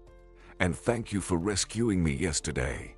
I hope it wasn't too hard for you." "Not at all." At that moment, Neil stared at her dangling foot. "Look at that. She has such tiny feet. Are they even a thing? And the nails aren't painted. Pink, like a child's." He was used to Nicole wearing size 41 shoes, and her toenails were always bright and shiny. Once he asked for a more subtle color, but Nicole just snorted. "Neil, let me decide what color to paint and how." He also liked her fingers, straight and neat, like in a picture. Nicole's second toe was longer than the first, and the feet themselves were broad. No amount of care could hide their lack of beauty and roughness. However, Nicole was completely unconcerned about it. She never doubted her beauty and irresistibility. Frozen, Wendy stood by the door, waiting for Neil to leave, but he seemed in no hurry. At that moment, Nicole emerged from the living room. Wendy locked eyes with her, feeling uncomfortable, as she saw so much undisguised malice on the beautiful face. "Did I interrupt?" Nicole asked, approaching Neil and wrapping herself around him. Neil hugged her waist and silently led her into the living room. Wendy breathed a sigh of relief, jumped into the kitchen, and firmly closed the door behind her. "I wish they would leave sooner," she thought, looking thoughtfully out of the window. Several days passed. Her leg was gradually recovering. Wendy could now slowly move around the house, for which she received scolding from both Judy and Patricia. And even George grumbled. "Where are you hopping around? As if I can't manage without you." Wendy smiled. She could see that their old man actually missed her, and she enjoyed returning to her usual activities. It helped her think less about Neil. She got mad at herself, tried to distract herself, all the while listening, wondering if a large car, resembling a black shark, would pull up to the gates, if a cheerful voice would echo in the living room, and if the slightly sharp scent of citrus and bergamot would waft through the house. But no one else came. From the conversations, Wendy understood that Neil had gone on another business trip. In the evenings, while reading a book, Wendy would pause, reminiscing about the first time she saw that guy. How he looked at her when she went to the kitchen. "Stop it," she scolded herself. "You've seen Nicole, and they're getting married soon. What silly fantasies. Even if he were single, remember who he is and who you are." 3 weeks passed. One day, Wendy woke up and was surprised. The small window in her attic was glowing with unusual light. The first snow had fallen. Lumpy raced around the yard with loud barks, burying his paws in the snow, digging a hole, snorting with joy, or so it seemed. Wrapped in a warm shawl, Wendy stood on the porch, smiling as she watched the dog. She shifted her gaze a bit further and noticed the green, sprawling fir trees in the snow. Her thoughts once again drifted to Neil. I wonder if he likes winter. Perhaps during Christmas vacation, he goes skiing with Nicole in the mountains, or, on the contrary, travels to tropical islands to sunbathe. And suddenly, as if by magic, the gates opened, revealing a dark, large car. Wendy's heart skipped a beat, but her joy proved to be in vain. Nicole leaped onto the cleared road. She was wearing a short red jacket that beautifully complemented her black hair. Piercing the snow with thin heels, she walked to the porch, opened the door, and, seeing Wendy, slid past her with an indifferent glance. "Hello," Wendy greeted, but Nicole, without a word, and without even turning her head, walked on. Wendy looked after her in confusion. Soon, Heaton brought several gift bags into the house. "Neil asked me to stop by and bring you Christmas gifts," Nicole said, holding Patricia's hands. She tried to free herself from her firm grip, but it wasn't easy. Nicole seemed oblivious to the fact that their old lady didn't like it. "It's a shame we're giving them in advance, but he thought he could drop by between business trips. It didn't work out. The board of directors decided otherwise, and Neil flew off. He'll only be back after the holidays. It's terrible." Nicole pouted her plump lips. "I miss him so much." Judy began to unpack the bags and boxes. Each of them had a tag indicating who the gift was for. She frowned in puzzlement and glanced at the guest, as if wanting to ask something but hesitating. "Neil has already sent gift certificates to the doctors and massage therapists," Nicole said. "As for you, recluses, we chose something together." She laughed. Patricia also smiled and invited everyone to have tea. Wendy declined, citing a headache. She didn't want to sit under the gaze of this viper. "You're just jealous," a voice whispered inside. "No way," Wendy protested, but her mood soured. Passing by the table with the gifts, she noticed that there was nothing for her. There were gifts for Heaton, for Judy, but an empty space for her. "That serves me right." I got carried away, biting my lips, Wendy thought. And who said Neil would remember me? She approached the window and drew the curtain. A large car stood in the middle of the yard. Lumpy was gone, probably warming up by the fireplace, listening to the empty chatter and exclamations of that silly doll. If Wendy could peek into the car's trunk, she would see another bag intended for her. Nicole simply didn't see the need to ask Heaton to bring it into the house. She deliberately tossed it as far away as possible and, for good measure, covered it with a blanket. The soft, light blue sweater almost fell onto the rubber mat, and its edge got dirty on a plastic brush. Nicole was furious when she saw Neil choosing a gift for this beggar, whom his grandparents had taken in out of pity for some reason. Patricia briefly recounted Wendy's story. Back then, Nicole had asked if they weren't afraid for the valuables in the house. After all, This unknown girl had been fired almost for theft, but no one listened to her. They looked at her strangely and quickly changed the subject. And this fool went to buy a gift. Generally, gifts could only be given to grandparents. Why bother giving them to the chauffeur and the cook? It's unclear, but Neil considers them family members. Probably this ragged girl with the silly braid too. But it's okay. Once she becomes his lawful wife, she'll change things. And the first thing she'll do is stop giving gifts to the help. No need to waste extra money. Nicole herself didn't work anywhere. She came from the kind of family that could afford not to work in an office from 9 to 6. For fun, she modeled for one of the magazines, and her dad and Neil gave her money. But after marriage, they would live solely on Neil's earnings, so financial control was absolutely necessary. The tea party wasn't long. Nicole was terribly bored with the elderly people, whom she had to politely listen to, nod her head, and pretend it was terribly interesting. She discreetly glanced at her phone. Messages were pouring in endlessly. While Neil was on a business trip, there was an opportunity to have a good time. Go to the club with the girls and have some fun. She needed to hurry. Nicole simply didn't see the need to ask Heaton to bring it into the house. She deliberately tossed it as far away as possible. The soft, light blue fluffy sweater almost fell onto the rubber mat, and its edge got dirty on a plastic brush. Nicole was literally furious when she saw Neil choosing a gift for this beggar, whom his grandparents had taken in out of pity for some reason. Nicole even asked them then if they weren't afraid for the valuables in the house. After all, this unknown girl had been fired almost for theft. But no one listened to her. They looked at her strangely and quickly changed the subject. And this fool went to buy a gift. Generally, gifts could only be given to grandparents. Why bother giving them to the chauffeur and the cook? It's unclear, but Neil considers them family members. Probably this ragged girl with the silly braid too. But that's okay. Once she becomes his lawful wife, she'll change things. And the first thing she'll do is stop giving gifts to the help.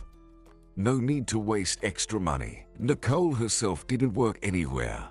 She modeled for one of the magazines for fun, and her dad and Neil gave her money.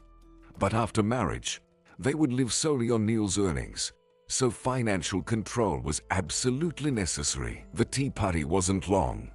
Nicole was terribly bored with the elderly people. She discreetly glanced at her phone. Messages were pouring in endlessly. While Neil was on a business trip, there was an opportunity to have a good time. Go to the club with the girls and have some fun. She needed to hurry. Nicole, won't you stay? Patricia asked. It's getting dark. Maybe you can leave tomorrow. Don't worry, I'll be fine getting back. Well, see you after the holidays. Merry Christmas to everyone.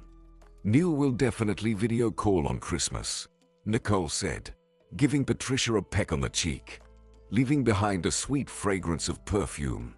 The old lady shook her head, watching her go. Christmas was approaching. Wendy asked Heaton to take her for some shopping. He brought her to the city, dropped her off near the shopping center, promising to pick her up in 3 hours. Wendy wandered through festive stores, admired the Christmas fair, and like a child, gazed in awe at the huge tree displayed in the hall. Then she found a cozy pastry shop, where she enjoyed a pastry with fresh blueberries and a cup of coffee. Wendy had planned the gifts in advance. For Patricia, an elegant lacquer-painted jewelry box, handmade bookmarks for George. Heaton got a tea set. And for her kind fairy, Judy, a pair of fancy mittens. As she descended to the ground floor, she suddenly noticed an abstract painting in one of the shop windows, made of small colorful squares, like a mosaic. It turned out to be chocolate pieces in bright wrappers. The picture under the glass looked extraordinary, and Wendy knew for sure that Neil would appreciate such a gift. Where did these thoughts come from?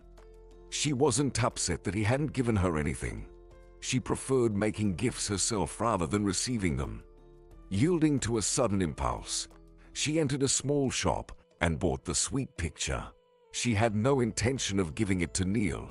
That would be strange. But let the painting stay with her.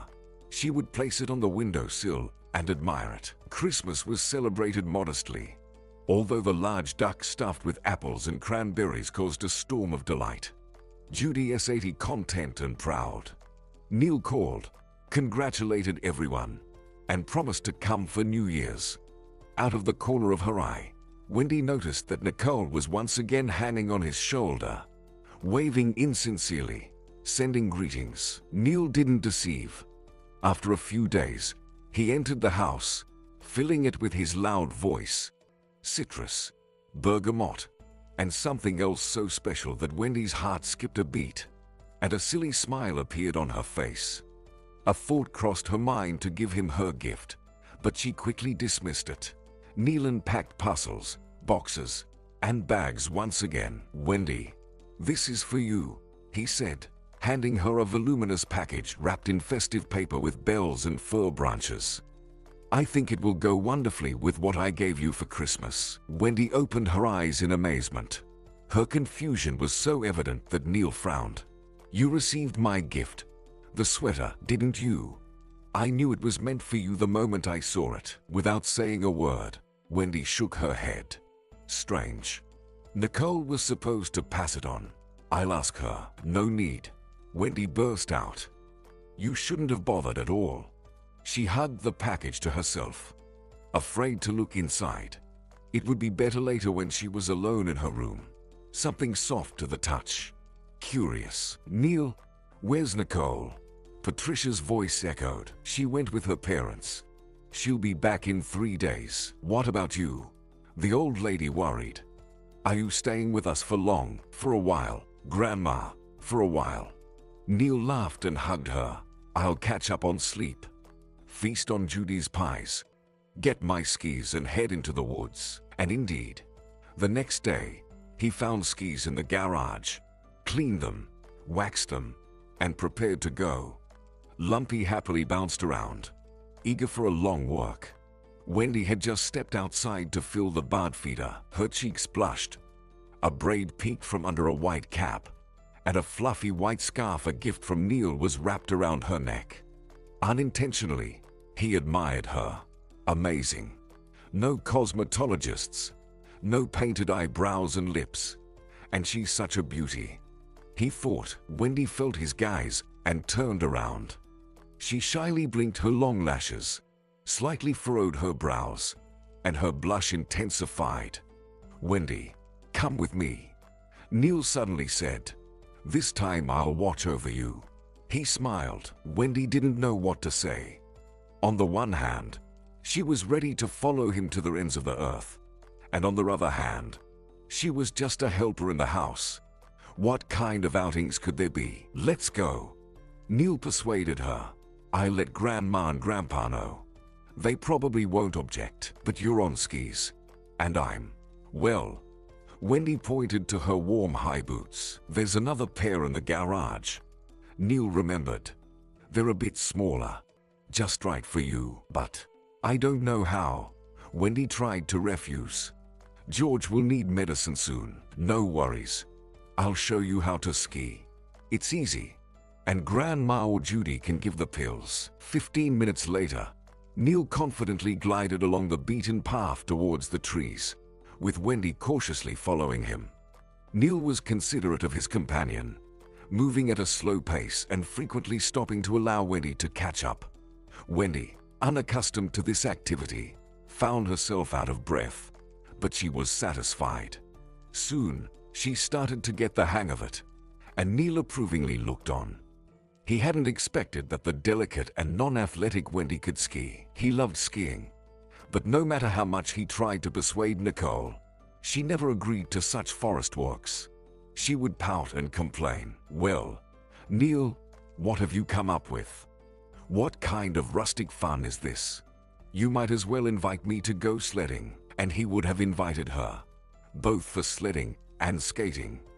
But Nicole categorically rejected all such entertainment. Go alone, was her response. And if you went alone, she would sulk for a week. It always bothered Neil, but he never showed it. With Wendy, he felt good. He enjoyed watching her concentrated skiing and how her eyes lit up childishly when they encountered a fluffy squirrel swinging on a branch. "There, you fell over there." Neil pointed with his pole and cheerfully looked into her eyes. Wendy blushed and pretended to brush snow off her gloves. Neil smiled but didn't continue to embarrass her. Although he remembered every detail from that evening, he was used to Nicole's sweet sense. But Wendy exuded freshness and purity. Strange. Why did he often think of her? It seemed like everything in his life was already settled. There was Nicole, whom he had been dating for 2 years. They didn't live together, though. Nicole wanted to move her things, but he dissuaded her, citing his night work that would disturb her sleep. Despite everything, Neil admitted bitterly that it seemed Nicole dreamed more about the ceremony than the family itself. She wanted a beautiful dress, an unusual ceremony venue, gifts, and attention, attention, attention. Neil acknowledged all this with bitterness, but for some reason, he went along with it. "Did she cast a spell on me?" He smirked. What nonsense. Unexpectedly, a snowball flew into his back, followed by another hitting his shoulder. Neil turned around, saw Wendy laughing while gathering a new batch of snow with her mittens. Her face was cheerful, and her eyes mischievous. "Oh, I see." Neil quickly fashioned a snowball and threw it back at Wendy. It scattered, hitting her leg. As if remembering childhood, Neil and Wendy started pelting each other with snow. They unhooked their skis and began chasing each other among the trees, plunging into deep drifts. And everyone was laughing. Finally, Wendy stopped under a tall fir tree to catch her breath. Neil jumped closer and pulled a branch hanging above the girl. Snow immediately fell on Wendy. She looked like a snowman. She glared in protest, but couldn't help bursting into laughter. Neil carefully brushed the snow off her hat and scarf. His cheeks suddenly felt warm, and his hands trembled slightly. Wendy's face was right next to his. He could feel her breath, see the fluffy lashes, and gaze at her naturally beautiful lips. Without thinking clearly about what he was about to do, Neil leaned in to kiss her, but she pushed both hands against his chest, staring at him with frightened eyes. He stopped, then lowered his head and stepped back. An awkward silence hung in the air, spoiling the mood of this unusual winter day. They returned in silence. Wendy walked behind Neil, glaring at his back, furious with him. Why did he ruin everything? Her heart alternated between joy and caution, whispering, "He has a fiancé, and to him, you're just entertainment out of boredom." At home, Wendy resumed her usual duties and then stayed in George's office to help him go through the journals. She delved so deeply into the academic's past and family history that she didn't even notice evening setting in. At night, before sleep, she wondered why Neil increasingly found himself near her. The lazy winter weekdays flowed quietly. Neil didn't invite her for a walk anymore, and after the failed kiss, it seemed like he was avoiding her altogether. Wendy sadly looked at the uneaten sweet picture on the windowsill. So, maybe it was all in her imagination. Soon, Nicole arrived, and the house immediately filled with the sweet scent of oriental perfumes. Chairs rattled, dishes clinked, and the TV loudly chattered. Nicole didn't leave Neil's side for a minute. Wendy tried to cross their paths less often, yet sometimes she caught the resentful, piercing gaze of the girl, as if she were guilty of something in front of her. One day, Patricia called Wendy to help her organize the dressing room. They needed to sort through the jewelry and arrange various brooches in their designated places. Patricia had been collecting many items since her youth, including small but valuable antique pieces. "This," Patricia said, taking out a heavy lacy bracelet, "my father gave me for finishing school." Wendy admired the various shades of gold, marveling at the beauty and elegance of the piece. "Here," the homeowner continued, "our wedding rings with George. Our fingers have swollen. We can't wear them anymore," she sighed, "but we'll be buried with them. I want to put all the most precious things in the box you gave me as a gift," smiled the elderly lady. They did just that. and they sorted and polished the remaining jewelry, setting aside the silver for cleaning. Soon, Patricia went off to rest, and Wendy promised to finish the work. She enjoyed looking at their antique jewelry. On the dresser was a black and white photograph of a young Patricia with pearls around her neck and earrings in her ears. The same ones Wendy now saw in a separate case. Unexpectedly, George fell ill the next day. Nothing serious, just a slight cold. But Wendy's schedule was disrupted from its usual rhythm. She didn't mind.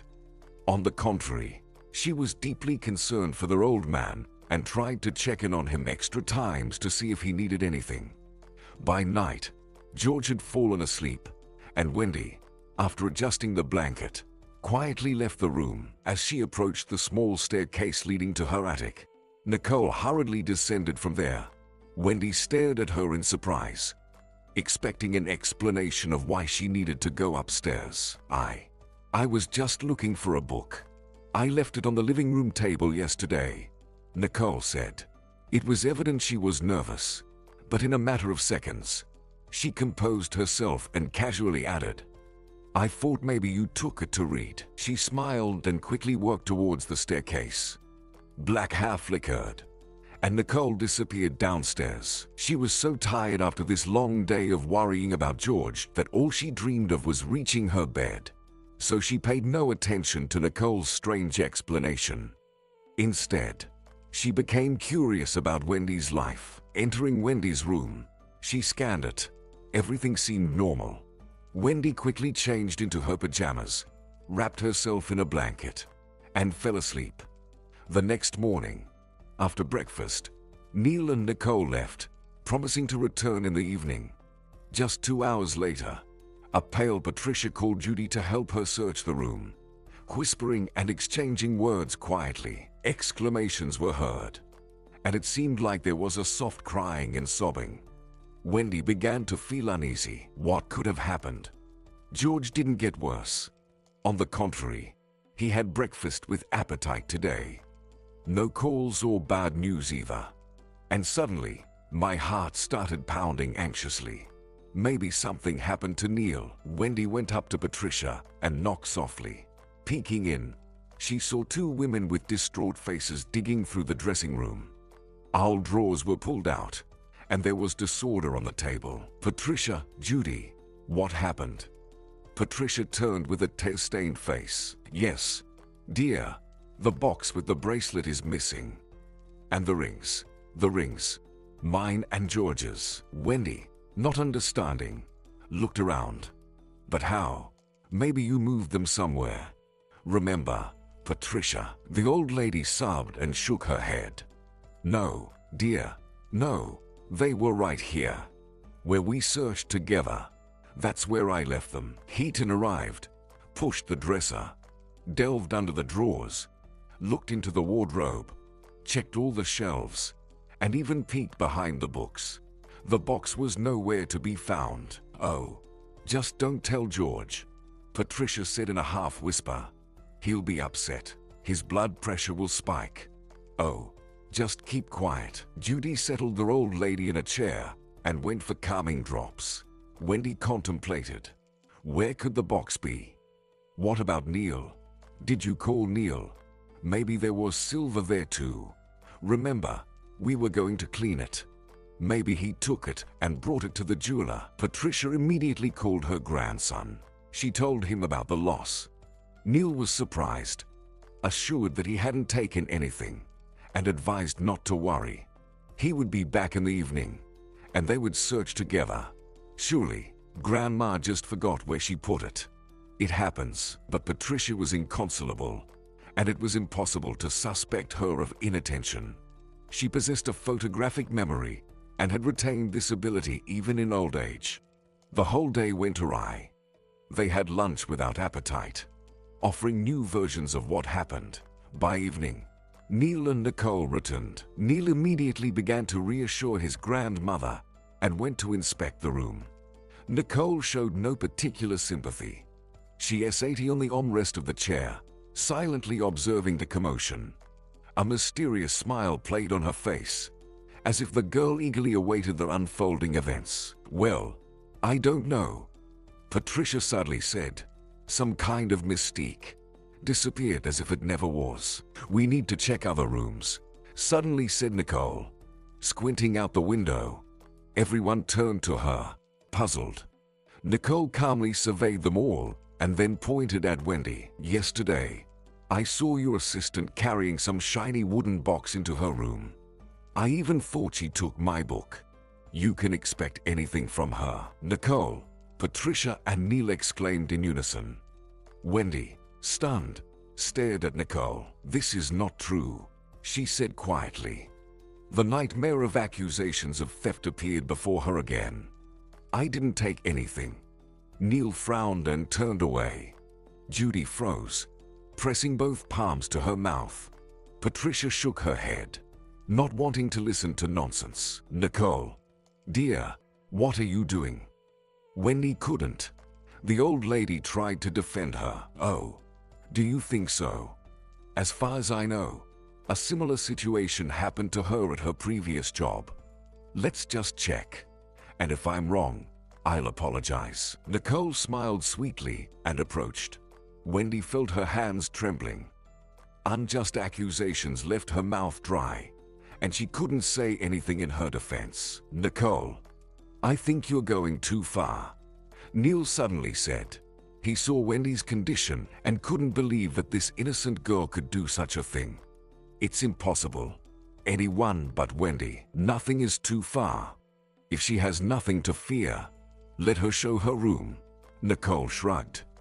If everyone is so reluctant to offend the maid, I can go with her. It's not a big deal. Nicole headed towards the stairs. Wendy scanned the room with her eyes. She thought everyone would protest and stop this, whatever this girl who hated her was doing. But no one looked at Wendy. Patricia cried, and Neil comforted her, and even Judy averted her gaze. Judy, Wendy pleaded. So what? Shall we go? Nicole's black eyes stared without blinking. Suddenly, a mix of disappointment and anger overwhelmed Wendy. Why was this malicious creature accusing her? Wendy abruptly left her place and almost ran upstairs, with Nicole hurrying after her. Look, search, Wendy shouted, opening the door to the attic. Nicole smirked and entered the room. She pulled out the drawers of the dresser and, wrinkling her nose in disgust, sifted through Wendy's things with long fingers. Then she looked into the wardrobe. Wendy was shaking. She barely held back, watching Nicole try to find something that wasn't here and never had been. After a moment of contemplation in the center of the room, Nicole lifted a pillow and then, turning around, approached the trunk. Before opening the lid, she turned and looked at Wendy triumphantly, and Wendy understood everything.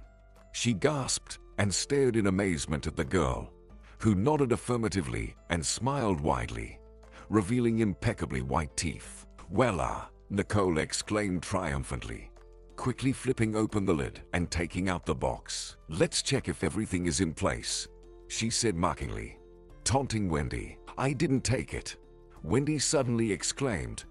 You planted it, didn't you? Wendy turned around and saw Neil in the doorway. She locked eyes with him and saw astonishment, pain, and disgust in his eyes. Tears streamed down Wendy's cheeks. She cried uncontrollably. This is not true. It's not me. Why would I? She exclaimed. Well, you didn't believe me, Nicole calmly said, handing the box to Neil and leaving the attic. Neil, it's not true. I saw Nicole coming out of my room. I don't know what she was doing there. Honestly, believe me, Wendy cried. I would never. Neil, are you coming? A voice from the stairs echoed. Why are you talking to her again? Of course, she'll come up with 1,000 excuses. Patricia, everything is fine. The box has been found, Nicole said loudly, descending the stairs. Watching Wendy cry, Neil pursed his lips, turned, and left. Wendy threw herself on the bed and burst into tears. Everything good that happened to her in the last few months was now overshadowed. Wendy didn't sleep the entire night. She either cried or sat on the bed, hugging her knees, staring into space. How did she end up being accused of theft again? She remembered how Neil looked at her, how much regret was in his eyes. She envisioned the eyes of Patricia, Judy, George, Heaton, and even Lumpy's eyes. How could she prove that she didn't do it? No way. There was no way to prove it. Wendy slumped her shoulders and fell silent powerlessly. She didn't leave the room in the morning. She listened to the sounds that filled the house. The loud laughter of Nicole and her cheerful exclamations cut through her soul like a knife. Nothing would change here if she, Wendy, disappeared. It would only bring peace to everyone. A quiet knock on the door, and Judy brought breakfast. Wendy lay on the bed, facing the wall. The aroma of coffee and toast filled the air. Wendy didn't move. Judy sat next to her. The springs creaked faintly. The woman looked worriedly at the girl she had brought into the house, not knowing what to say or do. She sighed and touched Wendy's shoulder. "Wendy, eat, and we'll see from there." Wendy sat up abruptly, hitting her head against the wall. Judy recoiled. The girl's face was scary to look at, pale, with feverish gleaming eyes and bruises underneath. "What will we see, Judy?" "What?" Wendy asked. Judy remained silent, examining her hands. Wendy understood her silence and covered her face with her palms. She didn't leave the room all day. Wendy didn't eat a single bite. A lump with sharp spikes seemed stuck in her throat. It didn't let her swallow and hindered taking a deep breath. Her chest hurt. When she was accused of theft in the hospital, it didn't hurt so much. She didn't know those people. But here, now, everyone thinks she repaid kindness with betrayal. Late in the evening, Patricia entered. Seeing the distressed expression on the old woman's face, Wendy gathered all the courage left in her and spoke, looking directly into her eyes. She didn't avert her gaze. Patricia had a kind soul and a bright heart. She had to understand that Wendy was not guilty of anything before her. Wendy spoke hesitantly, and her main desire was not to preserve her position, but to try to prove that she hadn't betrayed their trust. She thought no more about herself, but about the elderly and Judy. What was it like for them to realize that they had made such a cruel mistake and let a thief into the house? No, she needed to at least try to convince them that their good deed was not in vain, and she had already decided everything for herself. The next day, Wendy left her room and resumed her duties. She visited George, and the household kept their old man, not telling him about what had happened. "Why are you pale, Wendy? And as if you've been crying. Come on. Who is this scoundrel who dared to offend the kindest girl on earth?" George joked, "I'll give him a piece of my mind." Wendy smiled, swallowing the approaching tears, making light of the situation. Exiting their office, she bumped into Neil. He muttered something indistinct and walked on. Nicole passed by and said, "Thank me for not reporting you to the police, you beggar." Wendy clenched her lips and went down to the kitchen. She decided to check her suspicions and looked into the drawer where Judy kept money for household needs. The envelope was not in its usual place. Wendy understood that now they didn't trust her here. In the yard, voices were heard. Neil and Nicole were leaving for the city. Wendy approached the window and, hiding behind the curtain, watched as Nicole hugged Patricia, waving to them. Inside, it hurt as if a live blade was cutting through her. In the evening, she had dinner alone in the kitchen and went up to her room. Taking her bag out of the closet, she packed her things and, pulling a sheet of paper from the notebook, began writing a letter. She didn't want to leave without saying goodbye. She reiterated that she would never dare to commit such a disgusting act. She sincerely thanked them for their attention and care. She asked them not to worry about her because she had decided to go home. She secretly ordered a taxi, asking to stop on the next street to avoid waking up their entire house. Finally, casting a sad glance around the room, she quietly worked out the door. In the cottage, silence prevailed. Wendy descended the stairs, pausing for a moment when one of the steps creaked. In the living room, she lingered. All the coals in the fireplace were smoldering.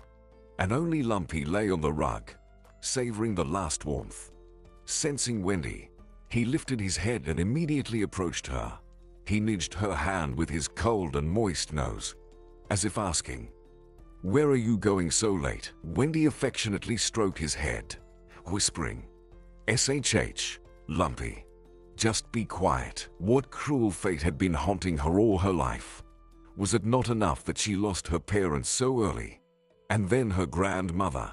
She hadn't done anything wrong to anyone or anything, yet misfortunes kept raining down on her. She walked to the dining table and placed her farewell letter in the center. Judy would definitely see it first thing in the morning. She glanced around once more, quickly put on her jacket, and stepped out onto the porch, firmly closing the door behind her. Neil's scarf, a gift, remained hanging on the rack. Lampy barked softly in her wake, but fell silent immediately. The taxi carried her to the station. Darkness surrounded her outside, and tears streamed down the girl's cheeks again. She couldn't sleep on the train, reminiscing about how happy she had been in George and Patricia's home. Now she was absolutely sure that Nicole had framed her with the jewelry box. But how could Wendy prove it? In the morning, Judy and Patricia bombarded her phone with calls. There were 2 calls from an unknown number, but then everything fell silent. The house she returned to greeted her with coldness. Nothing had changed. "Oh, Wendy," said a neighbor when he saw Wendy opening her apartment. "You're back. Some old man came looking for you. He left a phone number. Asked to call when you show up." Wendy looked at the neighbor in surprise. What old man? Suddenly her heart raced. It must be Mr. Corduroy. But how did he find her?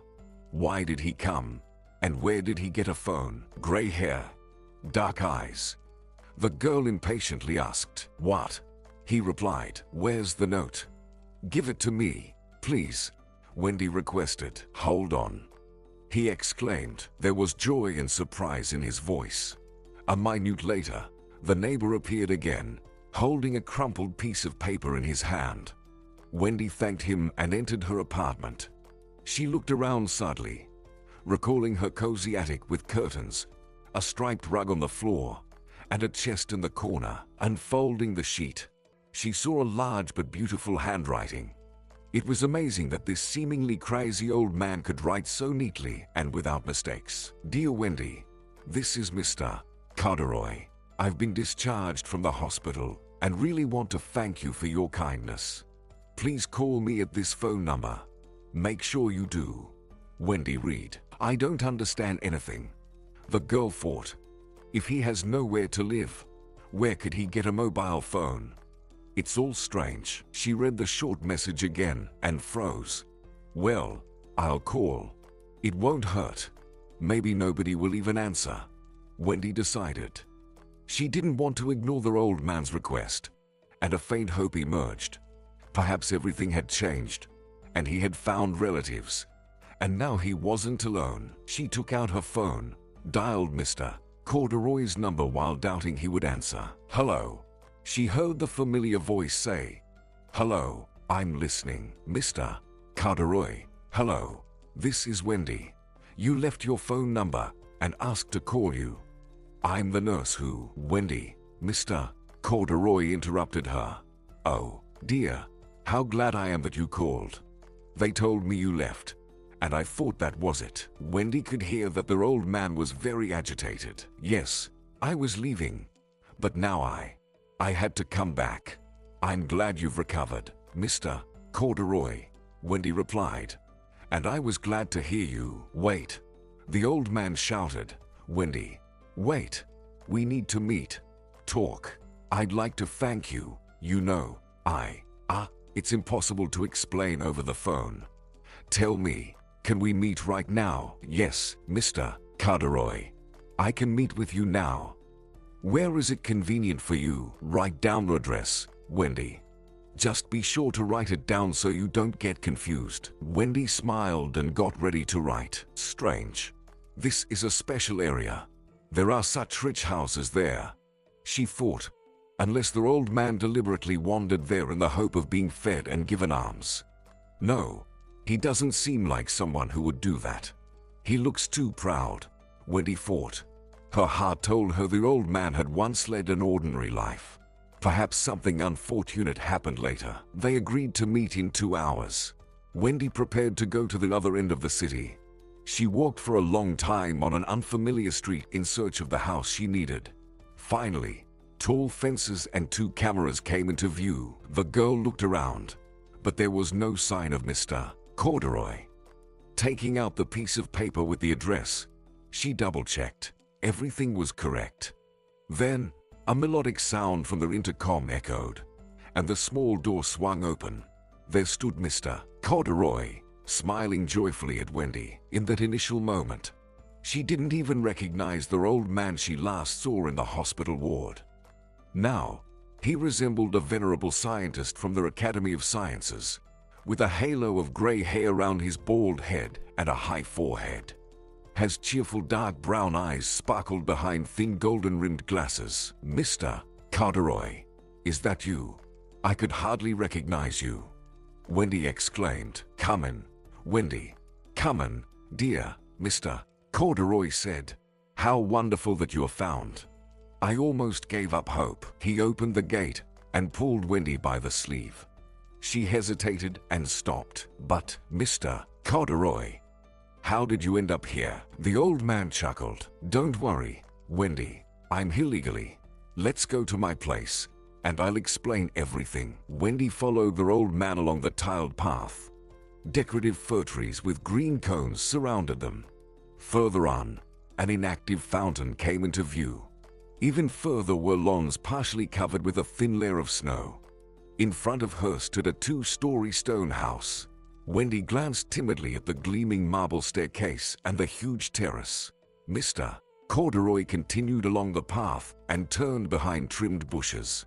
There, a small 1-story house, divided into 2 halves, emerged. "These are my riches, Wendy," Mr. Corduroy laughed. Baffled, Wendy followed Mr. Corduroy. She was eager to hear how he ended up here. Inside the house, there was a small room and a tiny kitchen. The old man seated Wendy on the couch and started boiling a kettle while retrieving cookies and candies from the cupboard. Wendy felt embarrassed, but Mr. Corduroy insisted. He peered out from the kitchen, as if afraid Wendy would disappear again, just like she did from the hospital. That scoundrel, Dr. Reed, paid for it. He was fired. All his schemes were exposed. Out of pity, they left him as an ordinary doctor until the first warning, Mr. Corduroy explained. Wendy widened her eyes. Amazing news like that. Finally, Mr. Corduroy poured the tea and settled down, sitting next to Wendy. She took a sip of the hot tea, feeling warmth spread through her body. She was quite cold from wandering the streets. "Where were you, Wendy? Where did you disappear to?" Mr. Corduroy asked. He attempted to take a sip, but grimaced and set the cup aside to cool. He gazed attentively into his guest's eyes. "I left, Mr. Corduroy, on business." Wendy reached for a cookie, trying to distract herself from tearing up. "To your parents?" The old man continued his questioning. Wendy shook her head, biting her lower lip. Then, as if making up her mind, she said, "No, I have no one. My parents and grandma passed away. I was raised in an orphanage, and then I rented the apartment you visited." "That's not a nice place," Mr. Corduroy frowned. "And the neighbors? Not very good neighbors." Wendy smiled. It was amusing that someone cared about her. "It's all right, Mr. Corduroy. One can live there." "One can," the old man said. "Ah." He clapped his hands on his knees, lost in thought. Wendy remained silent. She perked up and smiled at the disheartened man. "And you? How did you end up here, Mr. Corduroy? You promised to tell me," she inquired. The old man smoothed his short gray hair with his hand. "Luck, Wendy. Just luck. First, you, like a guardian angel, took pity on me, though it's not a sin at all. Is helping a sin? And then, Tom Quinlan, my former student, crossed my path. Quinlan, Wendy said in surprise. Yes, the mayor. I didn't know how high he climbed, given how lazy he used to be. I'm a math teacher, Mr. Corduroy explained. He fell silent for a moment. And then, when you left, Tom came to the hospital with an inspection. And for some reason, he went through the wards. And there I was. That's how this doctoree got caught. The old man chuckled. They quickly transferred me to another hospital, got me back on my feet. When I was discharged, I rushed to see you, but you were gone. I thought it was all over, and I wouldn't be able to thank you. And here, what are you doing here? Wendy asked impatiently. This is also Tom's doing. Understand, Wendy, my apartment was taken away deceitfully, not here, in another city. Then they moved me somewhere and left me stranded. That's how I ended up here. It was shameful, powerless in my old age and homeless. Mr. Corduroy shook his head. I had to open up to Tom. Since he's in charge, I thought maybe he could help me get my apartment back. Scammers worked there. And I, an old fool, signed something without really looking. They said it was documents for an increased pension for years of service, claiming all teachers and doctors were entitled to it. Turns out, I signed a general power of attorney. That's it. Lost everything due to my own stupidity. Tried going to the police, but the old man waved his hand. No help. I would have died in a ditch if not for kind people. What about relatives? Family? Wendy asked. She felt sorry for the unfortunate and deceived Mr. Corduroy. What kind of heart did these people have to throw a defenseless old man out on the street? I have no one. Wendy. The man lowered his head. Just like you. My wife died. Had a daughter. Yes. He coughed and quickly changed the subject. And Tom was looking for a tutor for his son. Exactly then. The lad is a bit mischievous. He needs the right approach. So, Tom persuaded me to give it a try. You know, Wendy, everything turned out well. Even with his mischief. Simon and I got along. And Tom pays me. So, he settled me here for now. I tried to refuse, but he wouldn't listen. Raised his voice. Said he's the boss. The mayor. There you have it. Obliged to obey. Mr. Corduroy chuckled quietly. Despite his grumbling, it was evident that the old man was content with his current situation. Well, as for the apartment, I'll go to Wendy's place. And here's what I've been thinking. Maybe you could come with me. I have a 2-bedroom apartment, very nice and bright. Wendeline, my wife, and I lived there. And our daughter. Wendy smiled, as if remembering something. My mom used to call me that sometimes too. More often Wendy, of course, but I definitely remember Wendeline as well. We always wondered where she got that from. The old man stared at her face intently, his eyes seeming to lose their luster. It was clear that he had drifted far away into his memories. But suddenly, as if awakening, he blinked and reached out to Wendy. He gently took her hand in his palm, and the magical sensation of something familiar and warm enveloped her from head to toe. Let's go together. Both of us are orphans, so let's help each other. And the apartment will be yours eventually. The city is big. You'll quickly find a job for yourself. And, dear, you should consider going back to school. I can see you're smart. Where will I find a job, Mr. Corduroy? Wendy smiled. Dr. E dismissed me in disgrace. Who would hire me? Don't worry. Everything can be fixed. You can file a lawsuit and get compensation for moral damages. Can you kick someone out for mercy, for a kind heart? And in general, demand that this former head apologizes to you publicly. Let television film it. You can sue for slander. Wendy, her eyes widening, looked at the old man. Seeing his reddened face and eyes burning with righteous anger, she got scared that his blood pressure might spike. All right, Mr. Corduroy. All right. She started calming him down. I'll think about it. Nothing is clear yet. Please don't worry. Wendy spent a long time in Mr. Corduroy's cozy home. He rejoiced in her presence like a child, entertaining her with funny stories from his school days and comically demonstrating how his students used to play tricks on him. There were playful sparks in his eyes. How wonderful it is when a person loves their work so much. It's a calling.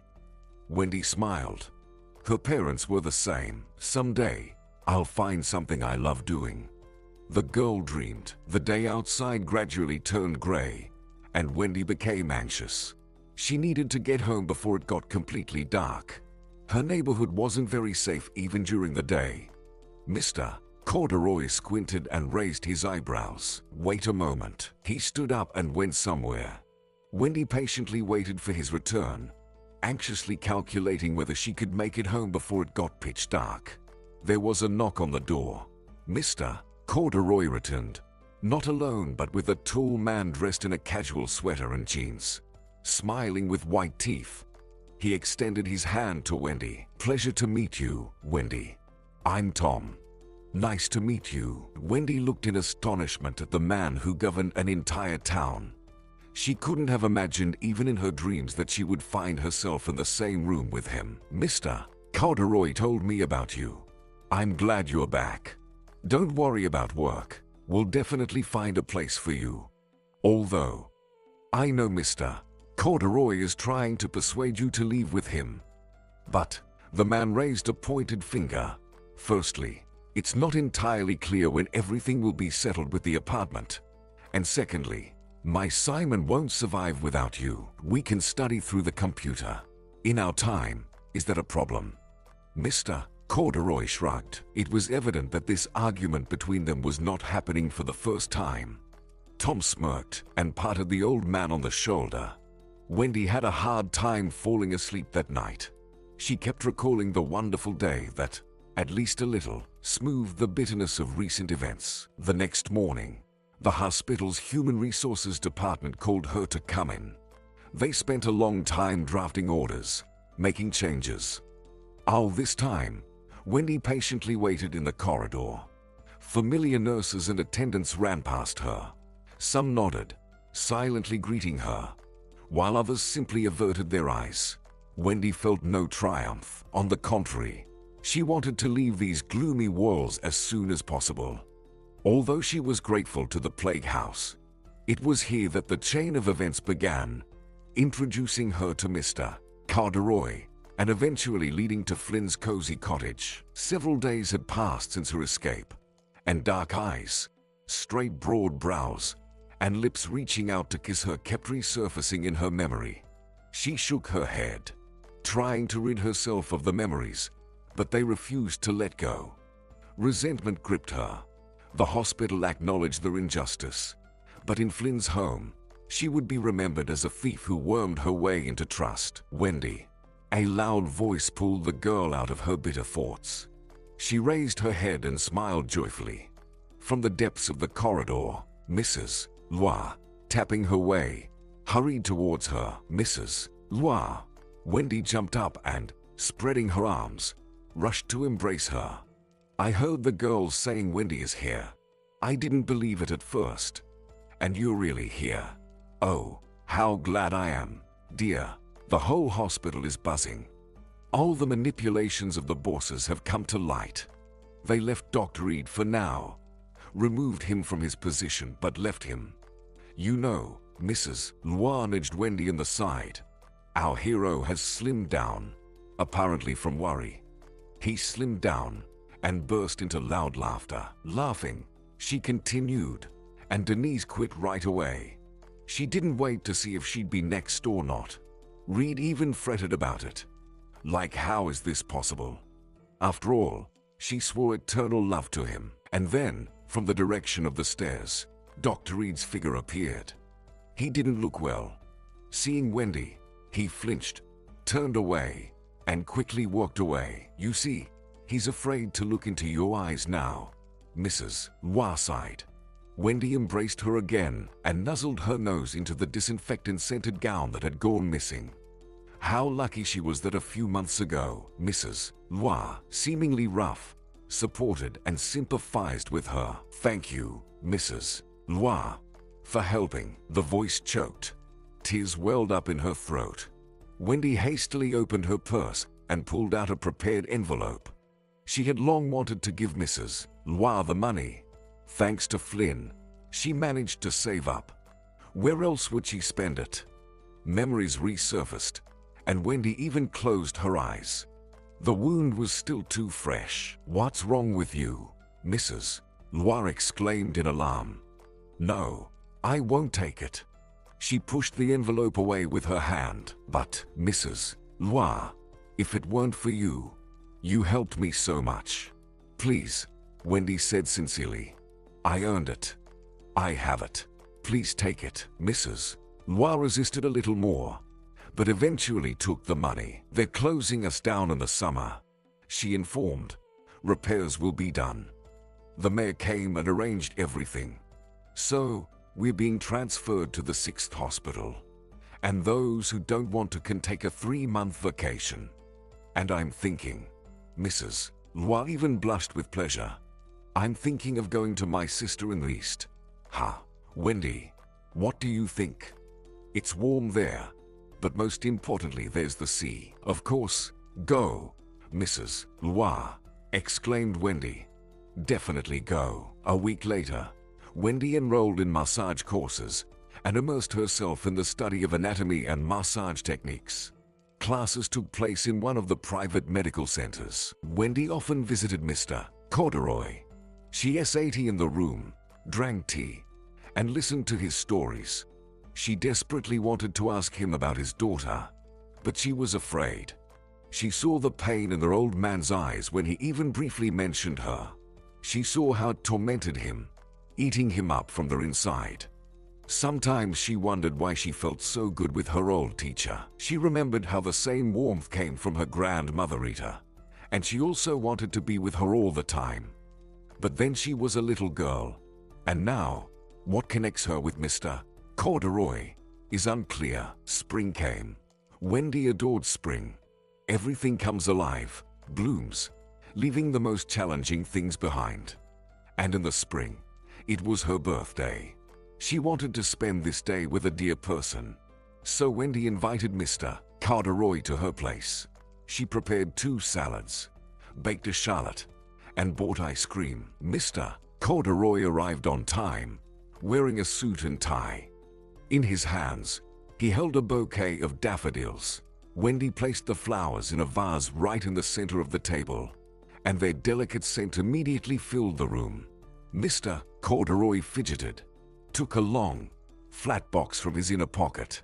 Nervously, he opened it. Wendy gasped. Inside, on velvety fabric, lay a lovely bracelet adorned with blue stones.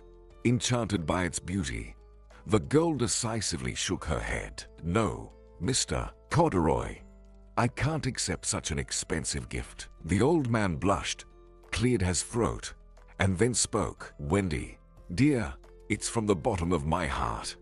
In memory of me, I believe this stone suits you well. It's turquoise.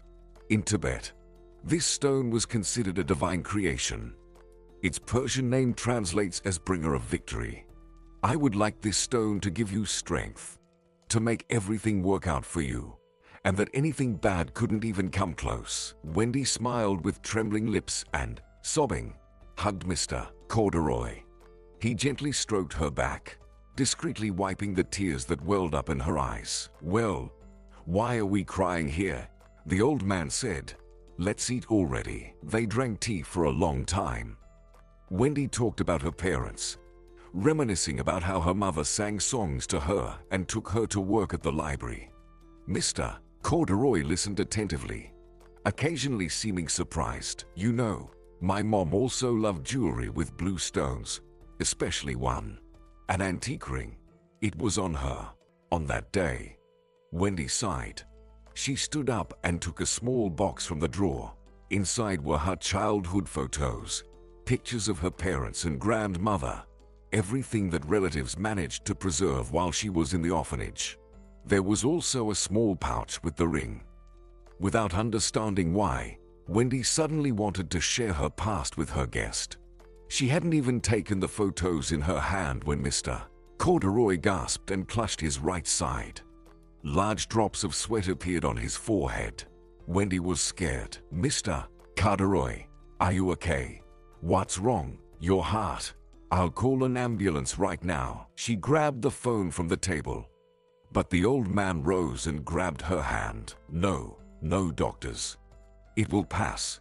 It will pass now." Wendy poured water and S80 next to him, holding the glass in her hand. Mr. Corduroy breathed heavily, but it was noticeable that the attack was gradually weakening. "Don't be scared, Wendy," he said with effort. "Just me. Where did you get these photos?" "Well, of course," Wendy said perplexedly. "I told you. These are my parents and grandmother. Here's the ring." She turned the pouch, and in her palm lay a memory of her mother, darkened by fire and time. Mr. Corduroy took the ring with trembling fingers and looked inside it. "This is it. My God. Stella." The old man shook in silent tears. Wendy opened her mouth in amazement. How does he know her mom's name? Suddenly, Mr. Corduroy hugged Wendy tightly. "Granddaughter, Wendy, you were named after my mother. Stella means, oh, I'm old. Why didn't I recognize you right away? I saw the resemblance but thought it was a coincidence. Oh, how guilty I am, Wendy. Before you, before your mother, before everyone. I have no forgiveness. This sin will be with me forever." Wendy S80 there, still as a plastic doll, unable to move. She couldn't believe that Mr. Corduroy was her grandfather. Could such a thing be possible? Whenever little Wendy asked about her other grandma and grandpa, her mom remained silent. In those moments, her dad would stroke her mom's hair, gently squeeze her shoulder, and Wendy would be led away into another room. There, he would try to distract her with a game. But the girl could hear her mom crying softly. Mr. Corduroy wiped his reddened eyes with his hand. Wendy waited for him to calm down completely so he could tell her everything that happened many years ago. "It was a long time ago. Wendy," Mr. Corduroy began. 20 years have passed. We lived together, my wife Wensline, Stella, and I. We lived well. Stella was in 7th grade when her mother died. We were left alone, just the two of us. I went crazy. I was so afraid of losing her. How could I go on alone? I wouldn't let her take a step without me. I thought that was the only way to be sure everything would be okay with her." Stella was angry. Of course, the old man weakly smiled. Who would like it? 17 years old. And her father was always around. No going out with friends, no dating. But I was scared. You know, Wendy, I was scared. Mr. Corduroy stood up and walked to the window. It was hard for him to look into the eyes of his granddaughter, who, because of him, endured the hardships and ended up in an orphanage with strangers. Even when rumors of his daughter's death reached him, he either didn't believe or didn't want to believe it.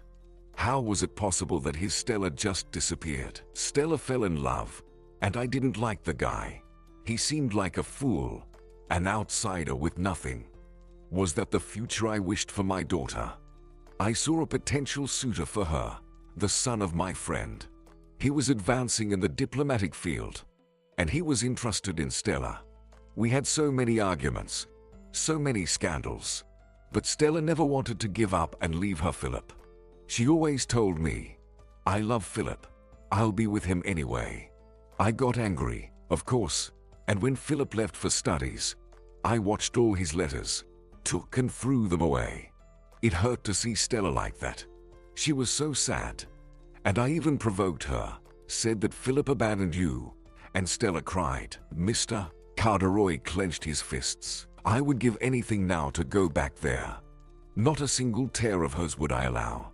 Yes, it's too late. I'm grateful you found us, Wendy. But will you forgive me? And what happened next? Wendy asked softly. Philip came back, and I managed to beat Stella to it. I met him at the train station, and immediately told him that Stella was getting married and didn't intend to see him anymore. What did this old fool hope for? Of course, everything was explained quickly, the discarded letters, the lies about Stella. And 2 days later, I came back late. There was a meeting at the administration, but no Stella. Just a note on the table saying she left with Philip. She gathered some things, took the mother's ring, and left. I went crazy. I wanted to know where she could have gone. And then I nearly cursed her. The old man lowered his head. I decided I no longer had a daughter if she chose some uncouth boy over me, her own father. Pride spoke in me, and I couldn't handle it. And now here's the reckoning. Mr. Corduroy uttered these words with such pain, with such suffering, that Wendy couldn't bait and approached him. She gently embraced the old man. Don't cry.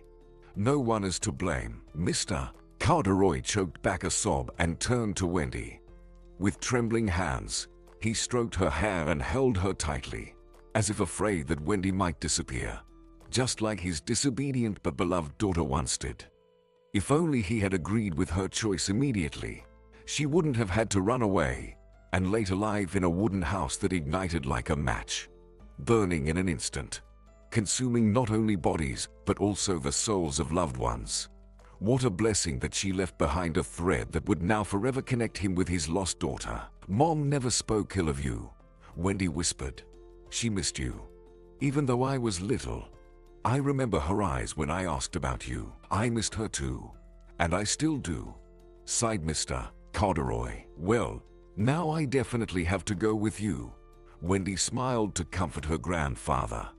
Otherwise, who will look after you? They laughed together. In the evening, when Mr. Corduroy went home, Wendy sat by the window for a long time. Wendy was smiling. What a precious gift she received on her birthday. She was not alone now. The feeling of a vast emptiness, where suddenly and instantly she found herself in childhood, gradually faded. Warmth of a loved one was again beside her. She was happy to have waited for him. 2 months later, Mr. Corduroy's housing issue was resolved, and he was preparing to go home. I'll go, see what's there, and how it is. Repairs will be needed, he told Wendy. Tom promised to help. He wanted to give me money, but I refused. We agreed that after the renovation, I'll work with Simon for free for 6 months. As if I took an advance from him. And you, granddaughter, slowly start packing your things. I'll come back for you, and we'll go together. Wendy listened to her grandfather and nodded obediently. Mr. Corduroy couldn't live a day without her now. He called her several times a day and visited her. She also often visited him, mostly after her classes. She had joined massage courses and had to take exams, but Wendy managed it. Golden head, her grandfather affectionately said. Just like your mother. His eyes clouded with tears again. You know, Wendy, I think your mother guided you to me in the hospital, like my guardian angel. How else is this even possible? Oh, Stella, Mr. Corduroy shook his head. No matter how much Wendy assured him that her mother harbored no resentment toward him, the heaviness in his soul didn't lift. He prayed only for God to give him strength to live a little longer, to spend time with his granddaughter, to help and protect her. Protect? Wendy laughed. Does that mean I won't be able to get married to whomever I want? No. Her grandfather genuinely panicked.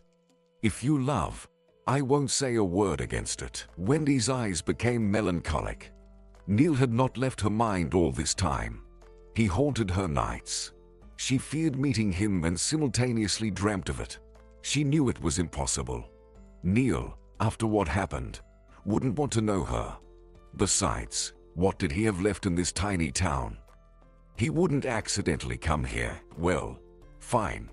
Wendy reassured herself, trying to erase his dark eyes and strong hands from her memory. Mr. Corduroy left.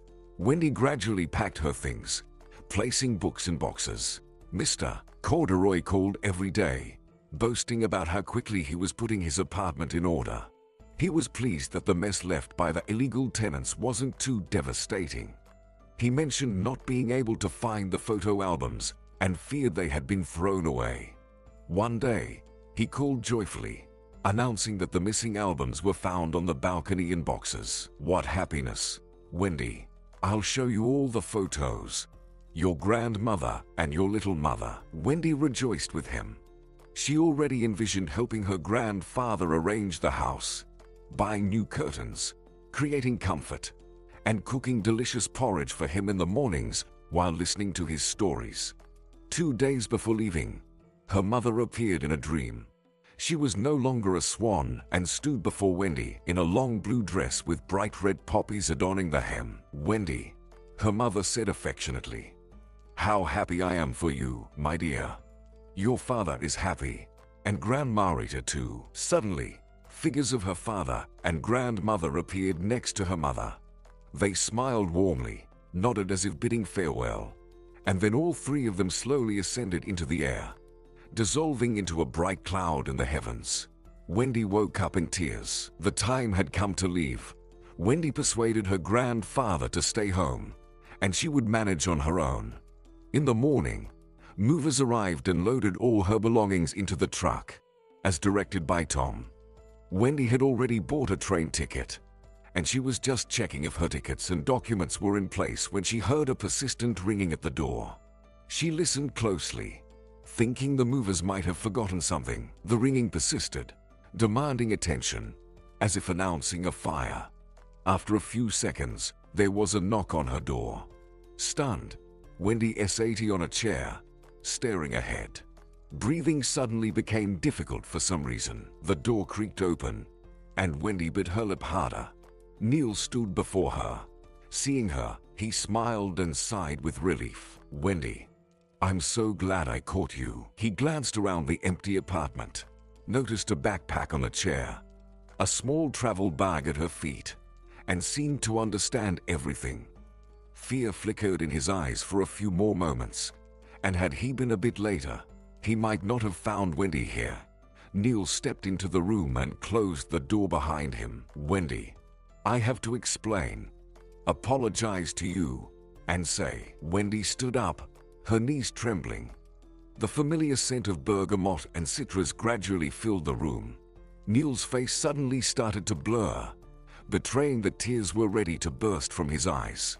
Wendy also had the urge to run to him, hug him, press against his blue shirt, and never leave for a minute. "Forgive me, Wendy.